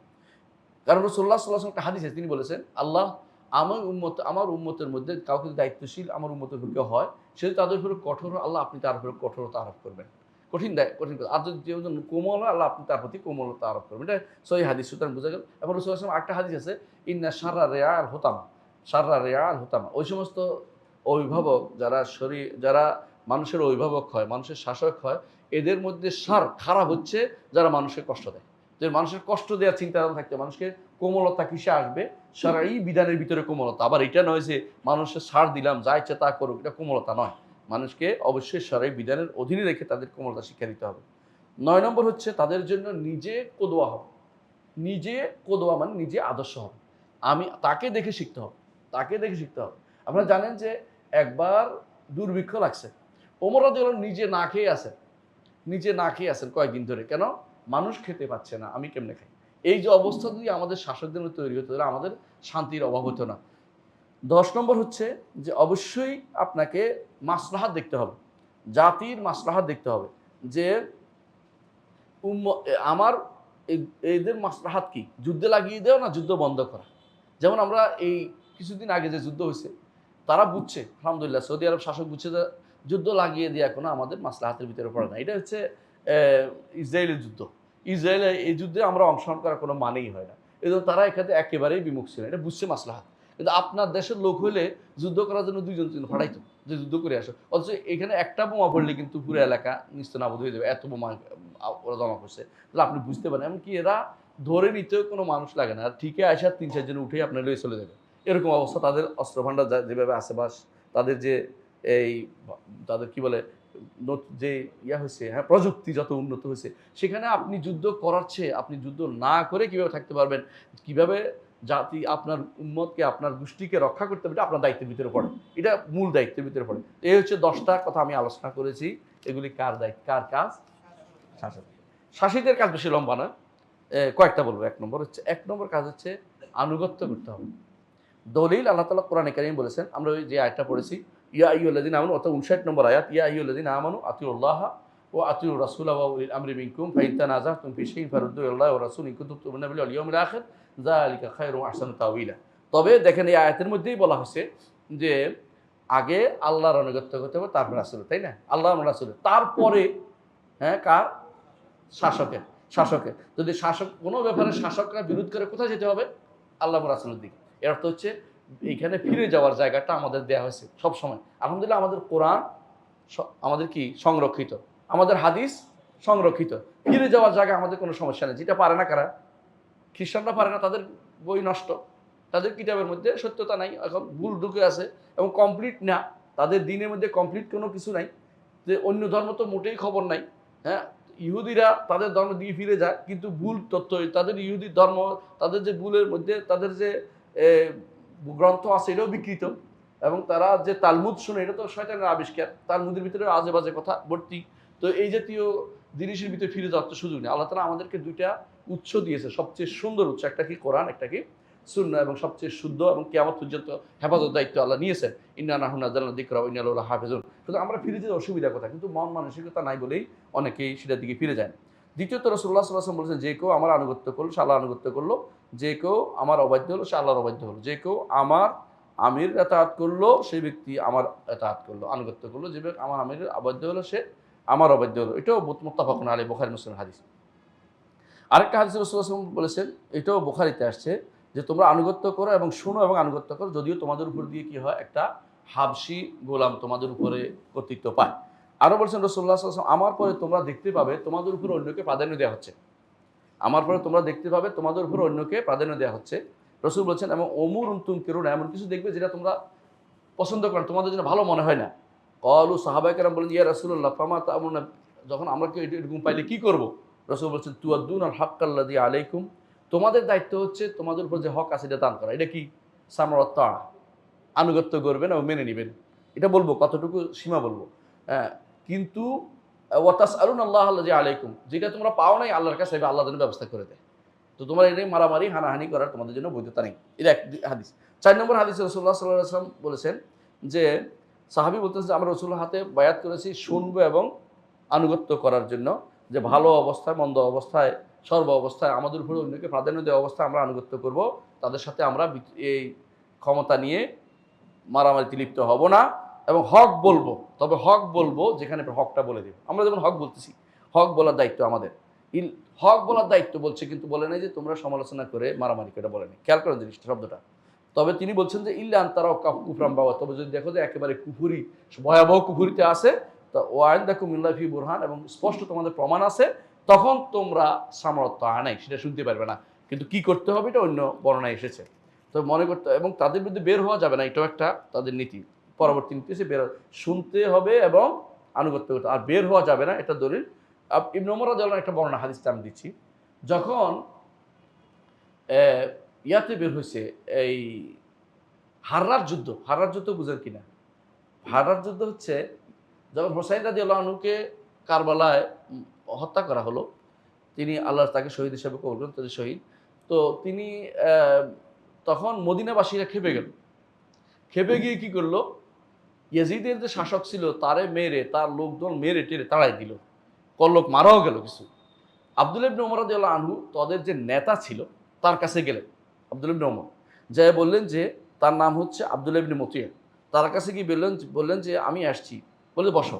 না, আমি বালিশ দিলাম। বলে বালিশে বসবো না, আগে আমি একটা হাদিস শোনাতে আসছি। আমি রাসূলুল্লাহ সাল্লাল্লাহু আলাইহি ওয়াসাল্লামকে বলতে শুনেছি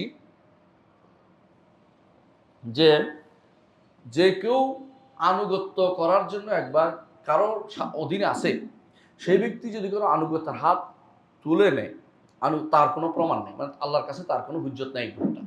এই জন্য খুরুজটা নিষিদ্ধ। বুঝছেন তো কথাটা? বের হওয়ার অর্থ আমি ব্যাখ্যা করব। আর যেই ব্যক্তি মারা গেল অথচ তার ঘাড়ে কোনো বায়াত নাই, এটা কি মানে? শাসকের বায়াত। আমরা কয়েকজন মিলে বায়াত বানাইলে বায়াত হয় না, এটা বানোয়ার জিনিস। তো শাসকের মানে শাসকের বায়াত, যে শাসক বায়াত চায়, আমার দেশে কোনো শাসক বায়াত চায় না, আল্লাহ ওদের বাঁচিয়ে দিয়েছে, কারণ তারা বায়াতের অধিকারীও না, যোগ্যতাও রাখে না এরকম। তো এটা বলছিও না, কিন্তু শাসকের যদি কোনো বায়াত চায়, সেখানে যদি কোনো দিনই বায়াত হয়, সে বায়াত দিতে বাধ্য।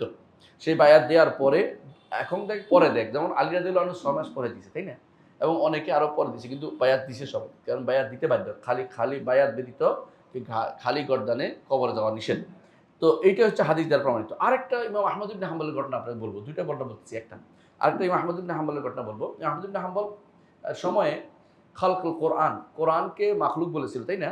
তিন খলিফা, মামুন, মুতাসিম এবং ওয়াসিক, তিন খলিফা তারা কি করছে? কোরআনকে মাখলুক বলতো। তারা ইমাম আহমদ ইবনে হাম্বলকে জোর করে বলানোর জন্য বাধ্য করতে চেষ্টা করছেন, শুনেন নাই। তিনি বলছেন, না, আমিরুল মুমিনিন তিনি নাসর মিলাল কিতাব, তিনি আমিরুল মুমিনিন সম্বোধন করতেন, যে আমিরুল মুমিনিন, আপনি আমাকে কোরআন এবং সুন্নাহর একটা নজ দেন, যাকে আমি অনুসরণ করে চলবো। আপনি নিজের জোর করে বলতে পারেন না। তো তিনি শেষ পর্যন্ত তিনি এটা মানে না, কিন্তু তিনি কোনোদিন যখন একত্রিত হয়েছে তার পক্ষ হয়ে অনেকে একত্রিত, তার ছাত্ররা তো প্রচুর ছাত্র একত্রিত হয়েছে, বাগদাদের সবাই একত্রিত হয়েছে, আমরা এর বিরুদ্ধে সরাই দিয়ে অন্য কিছু করবো, তিনি সাবধান করেছেন, সাবধান, এটা করা যাবে না, এইটা করা যাবে না। কারণ উম্মতে মুসলিমা দুর্বলতা আনা যাবে না। যেটা করলে মুসলিমদের মধ্যে দুর্বলতা এসে যায়, মূল কারণ এটাই যে এটা করলে অন্যরা এখানে কি করবে, আগ্রহী হয়ে যাবে। অন্যরা যেটা করলে মুসলিমদের মধ্যে দুর্বলতা আসবে, মুসলিমদের শাসকের হাইবাত চলে যাবে, ভয় চলে যাবে, এই কাজ করা যাবে না। এই জন্য তিনি নিষেধ করেছেন এগুলি দ্বারা। এই জন্য ইমামরা যুগে যুগে একমত হয়েছে, আহলে সুন্নাত ওয়াল জামাতের যত আকীদার কিতাব আছে সমস্ত আকীদার কিতাব একটা কথা বলা হয়েছে যে শাসকের থেকে খুরুজ করা যাবে না। তো এখন বলতে পারেন খুরুজের মাসালাটা কি? খুরুজ বলা হয় সশস্ত্র সংগ্রামকে, শাসকের বিরুদ্ধে সশস্ত্র সংগ্রামকে খুরুজ বলা হয়। বুঝে আসছে কথাটা? এটা একেবারেই অবৈধ কাজ। এটা এটা এটা এটা যদি কেউ করে এটা বাগী বলা হয়, এটা বলে বাগী, বুঝছেন তো? এর বাইরে যদি কেউ তার দাবি দেওয়ার জন্য দাঁড়ায়, এটা কি বাগী হবে? এটা জায়েজ নাই রাস্তায় বের হওয়া, কিন্তু এটা বাগীর ভিতরে পড়ে না। বাগী হত্যা করতে বলছে, এদেরকে হত্যা করতে বলা হয়, এদেরকে বুঝিয়ে শুনিয়ে ঠান্ডা করতে বলেছে, এদের মারতেও বলে না এদেরকে শরীয়তে। বাগী যারা তাদেরকে প্রথমে আলোচনা হবে, তারপর যদি না শুনে যুদ্ধ করার অনুমতি আছে। কিন্তু খারেজি যারা খারেজি একটা গোষ্ঠীর আকীদাগত যাদের বিরোধ, বাগী এবং খারেজির মধ্যে পার্থক্য হচ্ছে বাগীরা হচ্ছে দাবি দেওয়া নিয়ে নাম, আর খারেজিরা হচ্ছে আকীদাগত বিষয় নিয়ে নাম, বুঝছে? মূল পার্থক্যটা এখানে। তো এরা যখন নামে, এরা এই খারিজদেরকে কিন্তু আলী রাদিয়াল্লাহু আনহু কিন্তু দমন করেছে, যুদ্ধ করে দমন করেছে। কিন্তু ওসমান রাদিয়াল্লাহু আনহু বাগীদের বিরুদ্ধে দমনে যান নাই, তিনি আলোচনা চাইছেন, আলোচনা শুনে নাই, নিজে মারা গেছেন, তারপর তিনি যান নাই, কারণ তিনি রক্ত প্রবাহিত করতে চান নাই। কিন্তু এটা জায়েজ আছে ততক্ষণ পর্যন্ত তারা ফিরে আসবে, কিন্তু প্রথমে আলোচনার বিষয়টা বলা হয়েছে। এই জন্য আলোচনাটা আগে চালাতে হবে, পরে তাদেরকে না হলে একেবারেই শান্ত করার জন্য যুদ্ধ করতে পারবে, রাষ্ট্র শান্ত করার যুদ্ধ করতে পারবে। আর যারা এই এত কিছু চায় না, জুলুমের প্রতিকার চাচ্ছে, এটা দেখতে হবে ভালো করে। কোনো একটা জুলুম হচ্ছে, জুলুমের প্রতিকার চাচ্ছে, এইটাকে আপনি বাগিও বলতে পারবেন না, খারিজিও বলতে পারবেন না, এইটা তাদের অধিকার বলার। কিন্তু প্রশ্ন হচ্ছে এটা কীভাবে বলবে, বলার পদ্ধতিটা নিয়ে হচ্ছে সমস্যা। আপনি যদি জনজীবন অতিষ্ঠ করে তোলেন, যেমন হরতাল দিলেন, অথবা ধর্মঘট দিলেন, অথবা এমন কাজ করলেন যার কারণে রাষ্ট্রের ক্ষতি হয়ে গেল, এইটা কিন্তু করা যাবে না। আপনাকে যদি এটার কথা বলতে হয়, আপনাকে বলবেন কোথায়, যেখানে বললে কাজ হয়। বর্তমানে এটা সোশ্যাল মিডিয়া আছে, বর্তমানে এগুলো বলতে পারেন যে আমার উপর এই জুলুম হচ্ছে বা দেশের উপর এইটা হচ্ছে, অথবা আপনি বলতে পারবেন, এটা কোনো অবৈধ কোনো বলার কোনো সুযোগই নেই, কারণ এটা বন্ধ করার কোনো উপায় নেই। কারণ মানুষ মাজলুম হলে তার কথা বলার অধিকার, রাইট তাকে দেয়া আছে, তা আপনি বলতে পারবেন। এখন একটা জায়গায় হচ্ছে সমস্যা, এটা কি, যে এটার জন্য কি ইয়া করতে দাঁড়াতে পারবে কিনা, কি বলে, রাস্তার পাশে, হ্যাঁ, মানববন্ধন করতে পারবে কিনা। প্রশ্ন হচ্ছে জিনিসটা তো আমাদের না, জিনিসটা আমরা অনুসরণ করছি কাদের, কাফেরদের। এই কাজটা তারা করতো, কেউ কেউ লং মার্চ করে, তাই না? এগুলি আমাদের কোনো কিছু না। শুধু আমরা যদি কারো অনুসরণ করে চলে, এটা ভালো কাজ কখনো হয় না। আমাদের মৌলিক কাজ হচ্ছে বলা পর্যন্ত। কারণ আপনি জানেন যে যে কারো উপর জুলুম হলে তার অধিকার আছে বলার। হ্যাঁ, আল্লাহ তাআলা কোরআনে কারিমে যেমন বলার, জালেম মাজলুমের জন্য কথা বলার অধিকার দিয়েছে, হাদিসও দিয়েছে। মাজলুমের ফাকাত জাআলনা লিওয়ালিয়্যি সুলতানান ফালা ইউসরিফ ফিল কাতল ইন্নাহু কানা মানসুরা। এই জন্য মাজলুম হলে আপনি বলবেন, বলার জায়গা আছে, আপনি বলবেন, কিন্তু এইটা দ্বারা শাসককে সরাসরি অ্যাড্রেস করতে পারবেন না। শাসককে যদি নসিহত করতে হয়, আপনাকে একান্তে বলতে হবে, একা সরাসরি। যদি একা যাইতে দেয়া না হয়, আপনার দায়িত্ব শেষ, আপনি এত বড় হন নাই, তা আপনার দায়িত্ব কি এখন, এটা কিন্তু শিখতে হবে।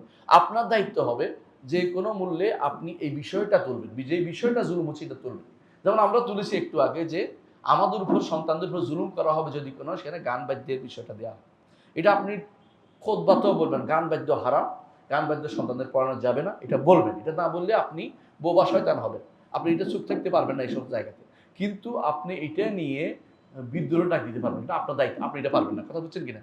আপনি যেটা করতে পারেন, এটা নিয়ে আপনি মানুষদেরকে বুঝাতে পারবেন, যারা এমন লোকের ক্ষমতা আছে, যারা হয়তো তার কানে পৌঁছাবে যে যে কোনো মূল্যে এটাকে পরিবর্তন করা দরকার, এটা সঠিক কাজ হচ্ছে না। কারণ এইটা হওয়ার অর্থ হচ্ছে ওনাদেরও ভবিষ্যতে কোনোদিন যদি কোনো জনগণের কাজ, জনগণ তাদেরকে প্রত্যাখ্যান করবে, কারণ তারা বুঝে যে এটা বড় ধরনের ক্ষতির কারণ হচ্ছে আমাদের সন্তানদের জন্য। এবং এমনও হতে পারে প্রতিষ্ঠানগুলি বন্ধ হয়ে যাবে, কেউ পড়াইতে দিবে না। কারণ এখন যেভাবে অনেকেই যেহেতু শরিয়া পড়ানো হয় না, দিন পড়ানো হয় না, ইসলাম পড়ানো, আকীদা পড়ানো হয় না, অনেকেই এই সমস্ত প্রতিষ্ঠানে এমনিতেই পড়াতে চায় না। যে বিভিন্ন গ্রামাঞ্চলে এই জন্য প্রতিষ্ঠানগুলো দেখবেন যে ছাত্র নাই, টিচাররা বসে আছে, কয়েকজনের বেতন খাচ্ছে সরকারি। এটা অজিফা যে আমরা বলছিলাম চাকরি যথাযথ জায়গায় দিতে হবে, এটা একটা যে জায়গা দিচ্ছে এটা আপনি কি করেছেন, আমানতের খেয়ানত করেছেন, আমানতের খেয়ানত করেছেন। তো এই সমস্ত জায়গাগুলো দেখার বিষয় রয়েছে। তাহলে বুঝতে পারলাম যে আমরা কখন বাগী হয়, কখন খারেজি হয়, কখন খুরুজ হয় না, কখন বাগাওয়াত হয় না, আর যখন এর বাইরে অবস্থা চলে যায় তখন কখন কথা বলা যাবে, কোথায় কথা বলা যাবে, কার বিরুদ্ধে কথা বলা যাবে, নাকি কোন কথার বিরুদ্ধে কথা বলা যাবে, কোন কাজের বিরুদ্ধে কথা বলা যাবে, জিনিসটা আমাদের কাছে স্পষ্ট রাখতে হবে। কথা বুঝতে পারছি? আমাদের সমস্যা হচ্ছে একটাই, আমরা এখানে একটা যে বোঝার দরকার আছে, এটা হচ্ছে আমরা যত তাড়াতাড়ি শাসকের বিরুদ্ধে কথা বলি, এর চেয়ে বেশি কাজ দরকার ছিল আমাদের কোথায় কথা বলা, জনগণের সাথে কথা বলার দরকার ছিল বেশি, তাই না? আমরা এই সলবে সালিন সবাই একটা কথাই বলতেন, কামা তাকুনু ইউল্লাহ আলাইকুম, তোমরা যেমন হবে তোমাদের শাসকটা তেমন হবে। আমরা যদি কোনো বাংলাদেশে আনাচে কানাচে মানুষের ভিতরে তাওড়িয়া যেটাকে বলে, অ্যাওয়ারনেস যেটাকে আনতে পারতাম যে এইটা কিন্তু শিরিক, এটা কিন্তু কুফর, এটা কিন্তু গুনাহ, এটা কিন্তু বড় ধরনের গুনার কাজ, এটা করলে ঈমান চলে যাবে, এই জিনিসগুলি আমরা যদি জানাতে পারতাম, ঈমান কিভাবে যায় এটা যদি আমরা জানাতে পারতাম, এই যে ঈমান বিষয়ক প্রশ্ন উত্তর আছে, ঈমান কিভাবে যায় এটা যদি মানুষকে বুঝাইতে পারতাম, মানুষ নিজে আখিরাতের ভয় করে, ঈমানদার ব্যক্তি মনে করে যে আমি আল্লাহর সামনে জবাবদিহি করতে হবে, তাহলে এই লোকগুলোই কিন্তু বলতো যে এটা মানি না, এটা মানা যাবে না, এই লোকগুলোই শাসক হয়, এই লোকগুলি এতে যায়, এই সচিবালয় যায়, এই লোকগুলোই তো বিভিন্ন জায়গায় যায়, এরাই তো বেশিরভাগ ছেলে যারা সচিবালয় দেখবেন যারা গ্রাম থেকে উঠে আসছে, ইউনিভার্সিটিতে পাশ করছে, এরপর তারা উঠে গেছে শহরের নাদুস নুদুস পোলাবানের এরা সাধারণত বড় চাকরি পায় না, কারণ সাধারণত তাদের বাবার আছে, কি আছে একটা, হ্যাঁ, ফ্যাক্টরি আছে, ওখানে বড় পদ একটা দিয়ে রাখছে তার এমডি সাহেব, পারুক আর না পারুক চেয়ার নিয়ে বসে আছে, এরকমই হয় বেশিরভাগ সময়। এই জন্য আমাদের দায়িত্ব, মূল দায়িত্ব হচ্ছে জনগণকে বেশিরভাগ কি করা, হাইলাইট করা, তাদেরকে দাওয়াত দেওয়া, তাদেরকে বলা, এইটা আমাদের মূল দায়িত্ব ছিল। এটা না করে আমরা পিছনের দিকে কাজ করছি, এটাই হচ্ছে আমাদের মূল কাজ। বুঝে আসছে কথাটা? মূল ভুলটা এখানে হচ্ছে। তো এখানে আমাদেরকে একটা জিনিস জানতে হবে যে ইমামের আনুগত্য কিন্তু নিরঙ্কুশ নয়। আল্লাহ এবং তার রাসূল আনুগত্য কি? নিরঙ্কুশ। ইমানের আনুগত্য হতে হবে তাআওয়ানু আলাল বিররি ওয়াত তাকওয়া ওয়ালা তাআওয়ানু আলাল ইসমি ওয়াল উদওয়ান, এই নীতির উপর ভিত্তি করে। এটা কোরআন আয়াত সূরা মায়েদা 2 নম্বর আয়াতে পড়বেন। আর আল্লাহ তাআলা বলছেন, এই আয়াতে বলছেন যে আয়াতটা একটু আগে বলেছি আমরা, সূরা নিসার 59 নম্বর আয়াতে, ফাইন তানাযাতুম ফি শাইইন ফারুদ্দুহু ইলাল্লাহি ওয়ার রাসূল। এই আয়াতে বোঝা যাচ্ছে যে আমরা অবশ্যই ফিরে যাওয়া, নিরঙ্কুশ কোনো আনুগত্য শাসকের নয়। তারপর রাসূলুল্লাহ সাল্লাল্লাহু আলাইহি ওয়াসাল্লাম কোরআন আল্লাহ তাআলা বলেছেন, ওয়া ইয়াসিনাকা ফি মারুফ, রাসূলের ব্যাপারে শাসক হিসেবে রাসূলকে বলেছেন যে আপনার মারুফ কাজে তারা যেন আপনার অবাধ্য না হয়। এটাই বোঝাচ্ছে শাসকেরকে শুধু ভালো কাজে তাদেরকে সহযোগিতা করে যেতে হবে। আরেকটা হাদিসে আছে রাসূলুল্লাহ সাল্লাল্লাহু আলাইহি ওয়াসাল্লাম, লা তাআতা লি মাখলুকিন ফি মাসিয়াতিল খালিক, এটা আমরা জানি, এটার ভিতরে পড়ে। আর রাসূলুল্লাহ সাল্লাল্লাহু আলাইহি ওয়াসাল্লাম বলেছেন যে একজন মানুষের উপর দায়িত্ব হচ্ছে শোনা এবং আনুগত্য করা, যেটা পছন্দ করে তবে যদি কোনো পছন্দ করে আর অথবা অপছন্দ করে, তবে যদি কোনো মাসিয়া অবাধ্যতার কোনো নির্দেশ দেয় সেখানে কোনো শোনা যাবে না, কোনো আনুগত্য করা যাবে না। এটা বুখারী মুসলিমের হাদিস। আর ওই হাদিসটার কথা আপনাদের মনে আছে, রাসূলুল্লাহ সাল্লাল্লাহু আলাইহি ওয়াসাল্লাম একজনকে পাঠিয়েছিলেন কোথায়, সারিয়াতে, যুদ্ধে পাঠিয়েছিলেন আমির করে। তো তিনি বলছেন আগুন লাগাই, বলছে এটার ভিতরে ঢুকো, বলছেন না আমরা আগুন থেকে পালাইছি, আগুনে ঢুকবো না। রাসূল বলছেন যে যখন ফিরে আসে জানানো হলো, তখন বলছেন যে যদি ঢুকতা জীবনে বের হইতা না, মানে তোমরা মরে যেতেন, মানে এটা অন্যায়, কারণ অন্যায় কাজে কোনো শাসকের আনুগত্য করা যাবে না। বুঝে আসছে কথাটা? তো সুতরাং এটা এই বোঝা যাচ্ছে যে যারা অন্যায় কাজে শাসকের আনুগত্য করে, এটা শেষ পর্যন্ত তাদের কি হয়ে যায়, ইবাদতে পরিণত হয়ে যায়। এই জন্য অনেকেই দেখি সুবহানাল্লাহ, কিছুদিন আগে আমি একজনকে দেখছি এক কবরের কাছে যাইয়া জিয়ারত করতে যেয়ে সিদ্ধা করে ফেলেছে। দেখছেন আপনারা? ভয়াবহ একটা কুফরি কাজ। কারণ এটা শাসকের আনুগত্য মনে করে না, মনে করে এটা ইবাদত মনে করে বসে আছে। এটাই হচ্ছে ইত্তাখাযু আহবারাহুম ওয়া রুহবানাহুম আরবাবা মিন দুনিল্লাহ ওয়াল মাসিহ ইবনে মারইয়াম, যে এরা আনুগত্যের নাম দিয়ে ইবাদত শুরু করে দিয়েছে। আনুগত্য দুইটা প্রকার আছে। আনুগত্য শরিয়া ভিত্তিক আনুগত্য হয়, এটা আনুগত্য, আর যদি কোনো শরিয়া বিরোধী আনুগত্য হয় এটা শিরকে রূপান্তরিত হয়ে যায়। কথা বুঝতে পারছি? সেটাতে কোনো গুনাহ হয়, কখনো শিরক হয়, দুইটা। যদি আনুগত্য আল্লাহর আনুগত্যের মতো মনে করে তখন শিরক হবে, আর যদি আনুগত্যের করতে যাইয়া নিজে অন্তরের ভিতরে অপরাধ বোধ থাকে তাহলে সেটা গুনার কাজ হবে। পার্থক্য বুঝছেন তো? আপনি একটা আনুগত্য করছেন, কারো কথা শুনছেন, অপরাধ বোধ আছে যে এটা আমি কেন করলাম, আপনি গুনাহগার। আর যদি মনে করেন যে কিছুই না, ঠিকই আছে, এই বেটারে পাওয়ার যোগ্য আনুগত্য আল্লাহর কথার বিরুদ্ধে, তখন আপনি মুশরিক হয়ে গেছেন সরাসরি। এর পার্থক্যটা বুঝবেন যে অপরাধ বোধ আপনার অন্তরে কাজ করে কিনা, এটা আপনি দেখবেন। 1 নম্বর হক বলেছি। 2 নম্বর হক হচ্ছে সাহায্য এবং সম্মান। সাহায্য পাবে এবং সম্মান পাবে কে? শাসক সাহায্য, আপনাকে সাহায্য হচ্ছে আপনি তাকে সাহায্য করবেন, যে আমি যুদ্ধ করতে যাচ্ছি, আমাকে সাহায্য করতে হবে, আপনি তার জন্য সাহায্য করবেন যদি কোনো হক যুদ্ধ হয়, না হক যুদ্ধ হলে করবেন না। যদি ইয়ার জন্য যুদ্ধ হয়, সময় কম না, শেষ করবি সাথে, যদি ইয়ার জন্য যুদ্ধ হয়, এই ধরেন বলে আমরা এই ভাষার জন্য একটা যুদ্ধ করে ফেলবো, এই সমস্ত যুদ্ধ চলবে না, বুঝে আসছে কথাটা। যদি বলে যে আমরা এই ওই অমুক দেশের সাথে হ্যাঁ রাজনৈতিক সম্পর্কের যুদ্ধ, এসব যুদ্ধ হবে, দিনের জন্য যুদ্ধ হতে হবে, বুঝতে পারছেন, সেখানে সাহায্য করবেন। আর অন্য জায়গাতেও সাহায্য করবেন, রাষ্ট্রকে নিয়ন্ত্রণের জন্য আপনার যদি দরকার মনে করে, আপনাকে কোনো দায়িত্ব দেয় সেটা করতে পারবেন, যদি কোনো শরীয়ত বিরোধী না হয়, এটা আপনাকে দায়িত্ব পালন করতে হবে। এরপর রাসূলুল্লাহ আরেকটা হাদিস আছে, রাসূলুল্লাহ কোরআনে কারিমে আল্লাহ তাআলা বলছেন তাআওয়ানু আলাল বিররি ওয়াত তাকওয়া, এটা নির্দেশ হবে তাদেরকে সাহায্য করতে হবে। আর রাসূলুল্লাহ সাল্লাল্লাহু আলাইহি ওয়াসাল্লাম বলেছেন মান বায়া ইমামান ফাআতাহু সাবকাতা ইয়াদিহি ওয়া থামারাতা কলবি ফালিয়ুতিহু মাসতাতা, সহিহ মুসলিমের হাদিস, যে কেউ যদি ইমামের বায়াত করে, ইমামের আনুগত্য অনুসরণ করে, শাসকের অধীন থাকে, সেই জন্য যতটুকু পারে তার কথা শুনে চলে, এটা জরুরি জিনিস। এই জন্য সাহেল ইবনে আব্দুল্লাহ তুস্তাই রাহমাহুল্লাহ বলেছেন যে মানুষ যতক্ষণ পর্যন্ত শাসককে সম্মান করবে ততক্ষণ কল্যাণের মধ্যে থাকবে। সম্মান না হলে প্রত্যেকে যদি কোনো তার নামটা বাঁকা করে কয়, তার নামটার উপর দিয়ে তার ছবিটা বাঁকা করে দেয়, এটা হারাম, জায়েজ নাই, এমনিতেই জায়েজ নাই। তার উপর আরও সমস্যা হচ্ছে মানুষের মধ্যে তার প্রতি একটা বিতৃষ্ণা ভাব তৈরি হবে এবং খারাপভাবে নেবে, এটা কোনোভাবে জায়েজ নাই। মিথ্যা কথা চালু করে কারোর জন্য জায়েজ নাই এটা, শাসক ক্ষমতা থাকুক আর না থাকুক। কোনো ব্যক্তি মৃত্যুদণ্ডপ্রাপ্ত আসামি হইলেও তার নামে মিথ্যাচার করা ইসলামে জায়েজ মনে করে না, কারণ এটি হচ্ছে অতিরিক্ত দায়িত্ব, এটা আপনার দায়িত্ব না। নিন্দা করবে কারা করবে? নিন্দা করবে বিচার ব্যবস্থা, তাদেরকে নিন্দা করবে। আপনি নিন্দা করতে পারেন, আপনি জানেন না, যে জিনিস জানেন না এটার উপর আপনার দায়িত্ব নয় যে আপনি এটাকে বাঁকা করে তুলে ধরা, মিথ্যাচার করা কারো নামে গীবত করা, এগুলো শরীয়ত অনুমোদন করে না। এই জন্য ফুদাইল ইবনে আইয়াদ বলেছেন, যদি আমার একটি দাওয়াত, একটা দোয়া কবুল হওয়ার থাকতো, আমি দোয়া করতাম শাসকের জন্য যেন আল্লাহ তাকে সঠিক পথে পরিচালিত করে। আমরাও দোয়া করবো শাসকের জন্য সঠিক পথে পরিচালিত হওয়ার জন্য, কারণ শাসকরা যদি ভালো হয়ে যায়, বেশিরভাগ মানুষে আল্লাহ তাআলা তাদেরও দিন ভালো করে দেন, এটা ঠিক। কিন্তু মানুষ খারাপ হলে শাসকের জন্য দোয়া করে না, মনে করে আমি কি ঠিক করবো, শাসককে ঠিক করবে, আমি ঠিক করে ফেলবো, তিনি ঠিক কোনোদিনই করতে পারবে না, আর জগৎ ঠিক হবে না। তো এই জন্য এটা করা যাবে না। তবে তাদের অন্যায় কাজে, জুলুমের মধ্যে তাদেরকে সাহায্য করা যাবে না, এটাও মনে রাখতে হবে, অন্যায় এবং জুলুমকে সাহায্য করা যাবে না। এই জন্য একটা হাদিস আছে, রাসূলুল্লাহ সাল্লাল্লাহু আলাইহি ওয়াসাল্লাম বলেছেন, হাদিসটা বলতেছি, হাদিস কাব ইবনে উজরা রাদিয়াল্লাহু আনহু বলেন, হাদিসটি ইমাম তিরমিজি বর্ণনা করেছেন। রাসূলুল্লাহ সাল্লাল্লাহু আলাইহি ওয়াসাল্লাম বলেছেন, আমার পরে কিছু শাসক হবে, যদি তোমরা তাদের কাছে প্রবেশ করো, যদি কোনো সত্য বলো তো ভালো কথা, আজ সত্য দিয়ে মিথ্যা বদলায় ফেলো, তো তাদেরকে খুশি করার জন্য, তাহলে তো তাদের জুলুম, তাদেরকে সাহায্য করো, তো তোমরা আমার দলভুক্ত হতে পারবে না।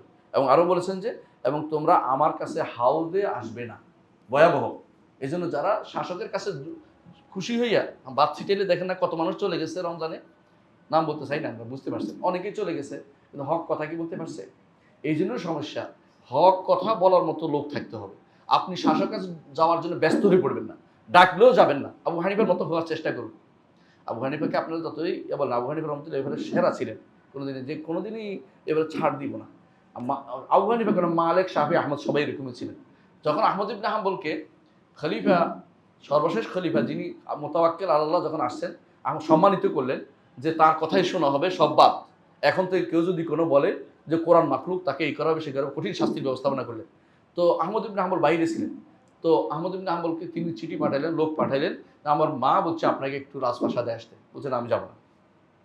বলছে আমার মা বলছে, তোমার মা শপথ করছে, তোমার শপথে কাপড় দিতে পারবে, তুমি শপথে কাপড় দিতে পারবে। সাধারণত আরবরা যদি কাউকে আসতে বলে, আমি শপথ করছি আপনাকে আসতে হবে, এই শপথ করে এবার তো কাউকে বাধ্য করে আর কি। তো বলছে তোমার মা শপথে কাপড় দিতে পারবে, আমি তোমাদের ইয়াতে যাবো না, আমার দায়িত্ব হচ্ছে ছাত্র পড়ানো, আমি এই দায়িত্ব পালন করতে আমাকে সুযোগ দাও। কারণ এর আগে বন্ধ করে দিয়েছিল তাকে। ইমাম যখন যিনি বাকি ইবনে মাখলাদাল কুরতুবী কোর্দোবা থেকে আসছেন বাগদাদে, মানে পাশ্চাত্য থেকে পাশ্চি আসছেন, কি জন্য? হাদিস শিখতে। আয়সা দেখে যে আহমদ ইবনে হাম্বলকে হাদিস আসতে নিষেধ করে দিয়ে আসে, হাদিস দেওয়া দিতে পারবে না। তো তিনি বুদ্ধি করছেন, ভিক্ষার ঝুলি লইয়া, হ্যাঁ উনি ফকিরে আসলে, ওখান থেকে আসতে বহুত কষ্ট করে, কারণ উনি বড় ধনী না। তো ভিক্ষা করতে করতে ঢুকছেন, তো ভিক্ষুকে তো নিষেধ করে না কেউ, ভিক্ষা ঢুকতে বলছে, দেখে তারা হাদিসে বলে আসে, আহমদ ইবনে কে তুমি? বলে আমি বাকি ইবনে মাখলাদ, আমার হাদিস শিখতে আসছি। বলে প্রতিদিন তাহলে একবার আসো, এরকম আমি তোমার 10টা হাদিস শিখিয়ে দেবো। এই 10টা হাদিস তিনি আসতেন, ভিক্ষা করতে আসতেন, 10টা হাদিস শিখিয়ে দিয়েছেন। তিনি এই জন্য মুহাদ্দিস বাকি ইবনে মাখলাদ আল কুরতুবী, তিনি সবচেয়ে বড় মুসনাদ যিনি লিখেছেন। ইমাম আহমদের মুসনাদের চেয়ে এটা বড় ছিল, এটা হারিয়ে গেছে, বুঝছেন তো কথা, এটা হারিয়ে গেছে। এই কারা যে এটা সর্বনাশ করে দিয়েছে এটা আর পাওয়া যায় না, এটা পাইলে অনেক ভালো হতো। এটা শুধু মোকাদ্দিমাটা শুধু পাওয়া যায়, যে মোকাদ্দিমাটা শুধু পাওয়া যায়, এটাতেই হাদিসের মোট বর্ণনার সংখ্যা কার কত এটা বোঝা যায় যে কোন সাহাবী কতটা হাদিস বর্ণনা করেছে, ওখানে পুরোপুরি একটা লিস্ট আছে। এত বড় লিস্ট আর কেউ করতে পারে নাই, ইমাম বাকি ইবনে মাখলাদার কর্তৃপক্ষ করেছেন। যেটা বলছিলাম যে নিষেধ করে দিয়েছেন তাকে কি করতে, হাদিস পড়াতে, কিন্তু উনি বলছেন আমার শুধু দরকার হাদিস পড়ানোর জায়গাটাও মুক্ত করে দেওয়া হোক। বলে এটা তো মুক্ত হবে, আপনি একটু প্রসাদে আসবেন না, প্রসাদে যাবো না। এই হচ্ছে ইমামদের দায়িত্ব, যে আপনি লালায়িত থাকবেন না ক্ষমতায় যাওয়ার জন্য, কিন্তু ক্ষমতায় যারা তাদেরকে পরিবর্তনের চেষ্টা আপনি করবেন কিভাবে, আপনার বক্তব্য দিয়ে, আপনার যোগ্যতা দিয়ে, আপনার এলেম দিয়ে, আপনার মানুষদেরকে ঠিক করে, জনগণকে সুশৃঙ্খল করে। এইটা হচ্ছে আহলুস সুন্নাত ওয়াল জামাতের নীতি। এইটা না করে আপনি মনে করছেন আপনি না যাওয়া পর্যন্ত কোনোদিন ঠিক হবে না, এই নীতি কোনোদিন ঠিক নয়। এই নীতির মাধ্যমে হচ্ছে সবচেয়ে বড় বিভ্রান্তি তৈরি হচ্ছে আজকাল মানুষের মধ্যে। দেখুন রাসূলুল্লাহ সাল্লাল্লাহু আলাইহি ওয়াসাল্লাম আরেকটি হাদিস আছে, আবু রাদিয়াল্লাহু আনহু বর্ণিত, তিনি বলেন, মুসনাদে আসছে, ইমাম আলবানী হাদিসটিকে হাসান বলেছেন, মান আতা আবওয়াবা সুলতান, যে কেউ শাসকের দরবারে গুড়গুড় করবে, ইফতাতান, ফিতনায় পড়ে যাবে। ফিতনায় কি পড়বে জানেন তো, হক কথা বলতে পারবে না, যদি উনি রাগ করে ফেলে, বুঝছেন তো। আবার তার মাঝে মাঝে তেল দিতে হবে, মুদাহানা করতে হবে, তেল মারতে হবে, তেল মারা বুঝে না, এটা করতে হবে। কারণ আপনি তো অনেক কাজ করেছেন, আপনি অনেক কিছু করেছেন, এই জায়েজ নেই ইসলামে, এই প্রশংসা ইসলামে অবৈধ, এই জাতীয় প্রশংসা করা বৈধতা নেই। আপনি তাকে হক করতে করার দায়িত্ব, সে করবেই এটা, সে ভুল করলে এটা তাকে সংশোধন করা আপনার দায়িত্ব, তার জন্য দোয়া করবে এটা দায়িত্ব। আপনি তাকে তেল মারামারি করতেছেন কি জন্য? এই জাতীয় যারা করে এটা খুবই খারাপ কাজ। হ্যাঁ, যদি এমন ব্যক্তি হয় যে তাকে আপনি এটা বললে সে আরো ভালো কাজ করবে, এমন হয়, তাহলে সেইটা হলো একান্ত বিষয়। কিন্তু এটাকে আপনি দিয়া আপনি চাচ্ছেন তার চোখের জন্য পড়লে আমাকে ডাক দিবে কোনো ভালো কাজ, এই জাতীয় কাজ যারা করে এরা হচ্ছে তেল মারামারি কাজ করে। এটা ইসলামী নিষিদ্ধ, এটা তেল মারা জায়েজ না ইসলাম। এই জন্য আরেকটি বর্ণনা আসছে, ইবনে মাজাহর বর্ণনা আসছে, আবু রাদিন বর্ণিত, রাসূলুল্লাহ সাল্লাল্লাহু আলাইহি ওয়াসাল্লাম বলেছেন, ইন্না আবগাদাল কুররা ইলাল্লাহ আল্লাযিনা ইয়াজুরুল উমারা, যে সমস্ত কুররা মানে পাঠকরা, দিনদাররা, তখনকার দিনে কুররা বলা হতো আলেমদেরকে, যে এরা ওই সমস্ত ওইটা নিকৃষ্ট যারা আমিরদের কাছে গুড়গুড় করে, এরা সঠিক কাজ করে না। কারণ এদের মূলত তাদের দিন বেছে দুনিয়া পেতে চায়। হ্যাঁ, একসময় আমার বিরুদ্ধে একজন লিখতো যে দিন বেছে দিন দিন দিন যায় দিন বেছে, পরে দেখলাম যে উনিও দিন যায় দিন বেছে নিজে বহুবার বেছে ফেলেছেন। আল্লাহ মাফ করুক, আল্লাহ তাআলা এই জন্য ফেতনা মিথ্যাচার করলে আল্লাহ তারা ওইটা দিয়েই তারা অপমান করে ছাড়ে, এটা দিয়ে।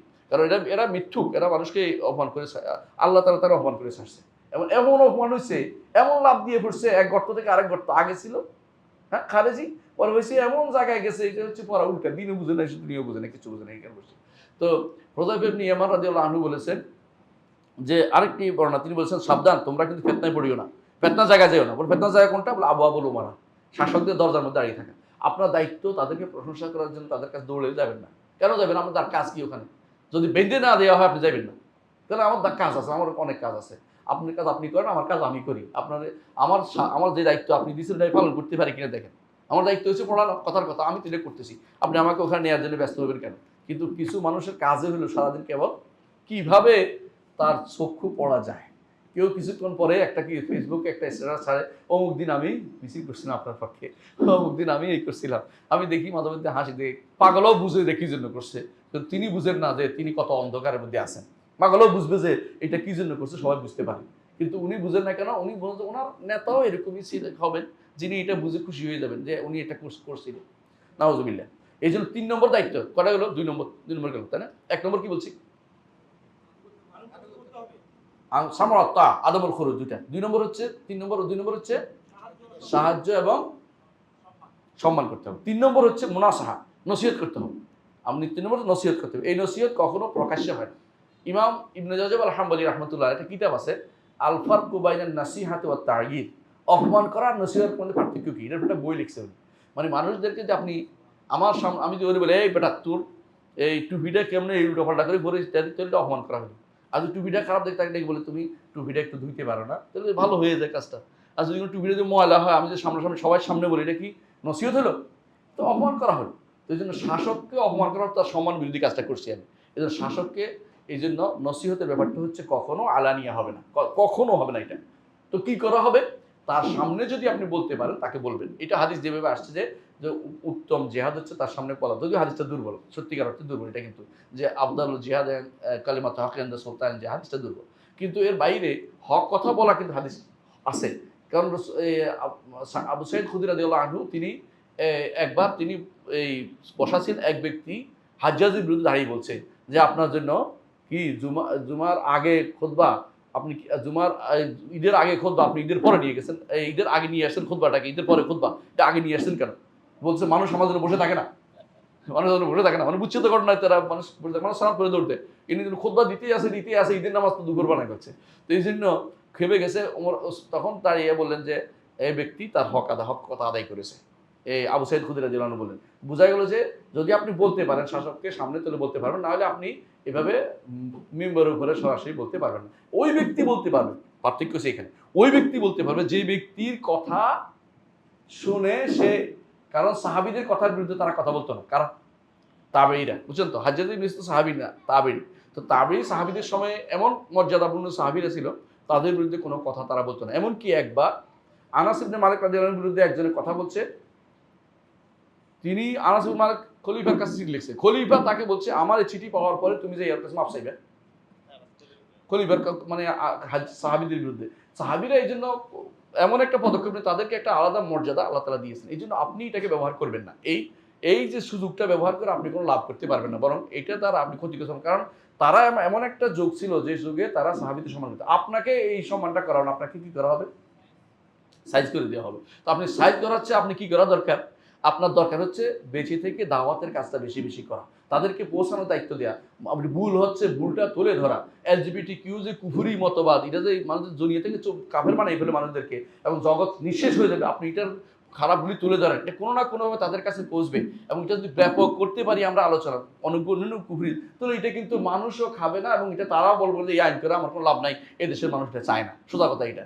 তো আমাদের দায়িত্ব, আমরা নিজেরা এটা পালন না করে আমরা উপর দিক থেকে যতই চাপাচাপি করি, কারণ শয়তান তো বসে আছে। এদেশে বিদেশে পড়ে আসছে এলজিবিটিকিউর অনুসারী একজন দুজন নাকি, হাজার হাজার লাখ লাখ চলে আসছে। কারণ এই তারা ওই দেশে দেখে এসে ওই দেশে খারাপ জিনিসটাই নিয়ে আসছে, ভালো কিছু তো আনতে পারে না। কাফেরদের থেকে কি আনবে ভালো? ওই খারাপ জিনিস যে দেখে আসছে যে ওখানে অপকর্ম হচ্ছে, এলজিবিটিকিউ বুঝেন কিনা, মানে ওই যে সমকামিতা, যেটা একবার সহজ কথা এটাই। এইটা যদি কোনো দেখে ওখানে দেখিয়ে আসছে, এখন তারা মনে করে এটা বাস্তবায়ন করতে পেরেছে। এমন কি আশ্চর্য হবেন, ইসলামী বিশ্ববিদ্যালয়ের টিচার পর্যন্ত এর পক্ষে কথা বলে। তো একজন লিখছে, আমার কাছে খুব আশ্চর্য লাগছে, সুন্দর করে লিখছে, যখন বলছে এখন মানা করতে 10 বছর পরে, হ্যাঁ এটা হবে, 10 বছর পর তো তোমার ছেলে সন্তান থাকবে না, এর কি আদৌ কি হবে এটা? তুমি তো মনে করছো এটা হবে, কারণ এটা হওয়ার তো কিছু নেই। 10 বছর পর তো তুমি এমনি বরবাদ হয়ে যাচ্ছ, তুমি তো বিয়ে শাদী করবে না, কারণ তুমি এলজিবিটি করে করে খাও, নাউযুবিল্লাহ। তো এই জাতীয় যারা করে, মানে বর্তমানে একটা বিশাল গোষ্ঠী আছে, এমনকি এদের মধ্যে কি আছে, এই বিচারপতিদের কেউ কেউ এগুলি করে, একটা বিশাল গোষ্ঠী আছে। এমনকি এদের মধ্যে এই যারা প্রশাসনে আছে, এদের মধ্যে একটা গোষ্ঠী এলজিবিটিকে সমর্থনকারী রয়ে গেছে। এরা কোটি কোটি টাকা নিয়ে নামছে, কথা বলছো তো। আর মানুষ টাকা ছিটাইলে, বললাম না একটু আগেই, মানুষ পাওয়ার জন্য ব্যস্ত হয়ে পড়ে। সুতরাং বোঝা যাচ্ছে যে মুনাসাহার জায়গাটা, নসিহতটা অবশ্যই দরকার, কিন্তু নসিহত কিভাবে হবে? একান্ত হতে হবে। আমরা অনেকেই দলিল দেয় যে আবু সাইদ খুদরি রাদিয়াল্লাহু করেছেন, আবু সাইদ খুদরিও ব্যক্তি, আপনিও ব্যক্তি, এবং একান্ত এটা কারণ ছিল, এটা এমন এক ব্যক্তি বলেছেন যে তার কথাটা মানতে তারা বাধ্য ছিল। আচ্ছা, এক নসিহতের দলিল তো আমরা জানি, তাই না? আদ-দীন ওয়ান নাসিহা, আমি শেষ করে বলবো। আর 2 নম্বর হচ্ছে রাসূলুল্লাহ সাল্লাল্লাহু আলাইহি ওয়াসাল্লাম বলেছেন সালাসুল্লাহ ইয়াতাকাদুহুন্না কলবু মুসলিম, আকীদার কথা, এখানে শব্দ এটা সুনান দারমির হাদিস, যে একটা হচ্ছে ইখলাসু আমলিল্লাহ, মুনাসাহাতু উলাতুল আমর, লুজুমু জামাআতিন। এটা ওলি আমর শাসকদেরকে নসিহত করা, এটা একটা দায়িত্ব। 3টা দায়িত্বের মধ্যে একটা হচ্ছে ইখলাসুল আমল, আমলকে ইখলাস করা, খালেস করা আল্লাহর জন্য। একটা হচ্ছে শাসকের জন্য নসিহত করা। আর 3 নম্বর হচ্ছে মুসলিম জামাতকে আঁকড়ে থাকা, ভাগাভাগি না করা, দলে দলে বিভক্ত না হওয়া, কোনো ভিন্ন ফেরকা তৈরি না করা। বুঝছেন তো? ভিন্ন ফেরকা কিন্তু বহুত আছে বাংলাদেশে, বিভিন্ন নামে আছে। তো 3 নম্বর হচ্ছে জারির ইবনে আব্দুল্লাহ হাদিসটি, রাসূলুল্লাহ সাল্লাল্লাহু আলাইহি ওয়াসাল্লাম বলেছেন, নবী সাল্লাল্লাহু আলাইহি ওয়াসাল্লাম হয়তো বায়াত করেছে যে আন-নুসহা লিকুল্লি, প্রত্যেকটি মুসলিমদের নসিহত করার জন্য। তো আরেকটি হাদিসে আছে নসিহত করার পরে রাসূলুল্লাহ, আরেকটি হাদিসে রাসূলুল্লাহ সাল্লাল্লাহু আলাইহি ওয়াসাল্লাম বলেছেন যে নসিহত করলে তার দায়িত্ব আদায় হয়ে গেছে। সে যদি না শুনে, রাসূল এটা বলেছেন, ফাকাদ আদ্দা মা আলাইহি লাহু, তার উপরে যে দায়িত্ব ছিল সে আল্লাহ আদায় করে ফেলেছে। আমাদের অনেকে মনে করি আমার দায়িত্ব পালন হয় না যতক্ষণ না বাস্তবায়ন, জোর করে বাস্তবায়ন করবো। জোর করে বাস্তবায়ন আমার দায়িত্ব না, আমার দায়িত্ব বলা পর্যন্ত। কারণ জোর করার দায়িত্ব হচ্ছে আমি আমার সন্তানের উপর জোর করতে পারবো, কিন্তু শাসকের উপর জোর করার দায়িত্ব আল্লাহ আমাকে দায়িত্ব দেন নাই। যে দায়িত্ব আল্লাহ আমাকে দেন নাই, সেই দায়িত্ব জোর করে নেওয়ার আমার কাজ নয়, এটা আমাকে মনে রাখতে হবে। এই জন্য একান্তে করতে হবে। একটা প্রমাণ হচ্ছে ওসামা ইবনে যায়েদ রাদিয়াল্লাহু আনহুকে, যখন ওসমান রাদিয়াল্লাহু আনহু তিনি গৃহে বন্দী ছিলেন, তো কেউ কেউ যায় বললো যে ওসামা ইবনে যায়েদ, কিন্তু আপনি যে বলেন না যে উনি যেন কিছু নসিহত করেন, বলছে আমি যে নসিহত করি তোমাদেরকে বলে করতে হবে? আমাদের শেখ মোহাম্মদ বিন সালেহ আল উসাইমিন বলছেন যে তোমরা বলো যে আমরা নসিহত করি না, আমরা যে নসিহত করি তোমাদেরকে বলে বলে দেখাই দেখাই করতে হবে? আমরা আমাদের শাসকদের নসিহত করি। এখনো আলহামদুলিল্লাহ আপনি যদি সৌদি আরবে দেখবেন যে শাসকদেরকে আলেমরা নসিহত করে, শাসকদের কাছে আলেমরা দৌড়ে আসে, কোনো কিছু হলে শাসক বল নিয়ে আসে। বল তারা মাঝে মধ্যে আমি দেখেছি মালিক ফাহাদ রহমতুল্লাহ আলাইহির সময় আলেমদেরকে নিয়ে আসতো, সপ্তাহে একটা জলসা ছিল। বিন বাজ রহমতুল্লাহ আসতেন এবং একদিন আলোচনার মধ্যে আমি এত আশ্চর্য জিনিস শুনেছি যে তিনি ওখানে খান নাই। একটা বিন বাজ রহমতুল্লাহ তার এক ছাত্রের বাড়িতে গেছে, কিছু নাই, দই আর রুটি খাইছেন, কিন্তু বাদশার ওখানে খান নাই কেন? বলছে আগে দাওয়াত আছে, আমার আরেক জায়গায় দাওয়াত খাবো। কিন্তু তিনি ওখানে নসিহত করে গেছেন, ওরা সবাই আসছে ওমারারা। তো ওমারারা বসতো, তিনি মালিক ফাহাদ সবাইকে বসাতে, এখন বসো আমাদের ওয়ালেদ নসিহত করবেন, ওয়ালেদের নসিহত শোনার জন্য সবাই বসে যেত। এইটা ছিল নসিহতের পদ্ধতি, পদ্ধতি। কাউকে বলা, সবাইকে বলে দেখা আমি নসিহত করতেছি, আমি আপনাকে নসিহত করতেছি, এটা বলা দায়িত্ব না। মেম্বারের উপর থেকে বলা এটা কোনো এটা মানহাজ সহি নয়, বিশুদ্ধ মানহাজ দায়িত্ব না। আশা করি বুঝছেন। 4 নম্বর, হ্যাঁ 3 নম্বর না 4 নম্বর শেষ, 4 নম্বর 5 নম্বর শেষ করে দেবো। 4 নম্বর হচ্ছে সম্পদ দেয়া। সম্পদ তারা যদি মানে জন অধিকার হচ্ছে যে সরকার যদি সম্পদ চায় তাকে দিতে হবে, সম্পদ দিতে হবে। সরকার যদি সম্পদ রাষ্ট্র চালাতে পারতেছে না তখন সম্পদ দিতে হবে। আমরা মাঝে মধ্যে এমনিতেই দিই, আমাদের তো একদিনের বেতন নেয়, মাঝে মধ্যে ইউনিভার্সিটি থেকে দিয়ে আমাদের 2 দিনের বেতন নেয় বিভিন্ন কারণে, তখন তো আমরা দিই। আপনারাও এটা দিতে বাধ্য। এটা হচ্ছে শাসকের অধিকারের মধ্যে একটা পড়ে। শাসকের আরেকটা অধিকার হচ্ছে যতদিন তিনি যোগ্য থাকবেন ততদিন ক্ষমতা থাকবেন।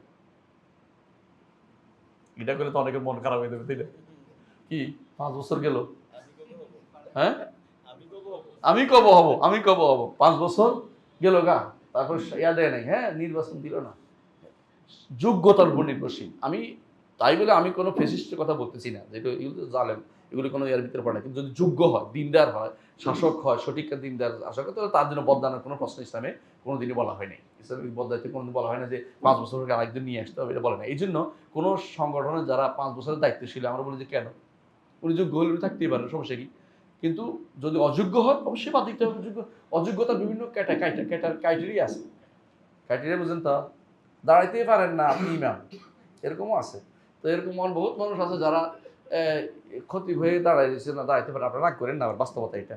এটা শরীর, আপনি তো আপনার যোগ্যতা এখানে কমে গেছে, কারণ যোগ্যতার মধ্যে একটা হচ্ছে যে তার শরীর সুস্থ হতে হবে, এটা একটা যোগ্যতা। কিন্তু আপনি যদি কোনো আমাদের যে হুজুর মরে গেছে, হ্যাঁ ওই যে চট্টগ্রাম হুজুর একজন আছিলেন উল্লাপাল্লা করে, উনি মরে গেছে, উনি দাঁড়াইতে পারেন না, ওনার যদি কোনো শাসক বানাই দেন হইবে না, কারণ ওনাদের যোগ্যতা অভাব আছে। সালামতুল আলা মানে শরীর সুস্থ থাকা, এটা একটা শর্ত কিন্তু শাসকের, এটা আমরা বলি না, আলোচনা আসে নাই। আলাকুল্লাহ হাল এই 5টি জিনিস হচ্ছে কি দায়িত্ব? জনগণের দায়িত্ব। কার প্রতি? শাসকের প্রতি। আমি আলোচনা এখানে সমাপ্ত করছি। যে সুবহানাকাল্লাহু ওয়া বিহামদিকা আশহাদু আল্লা ইলাহা ইল্লা আনতা আস্তাগফিরুকা ওয়া আতুবু ইলাইক।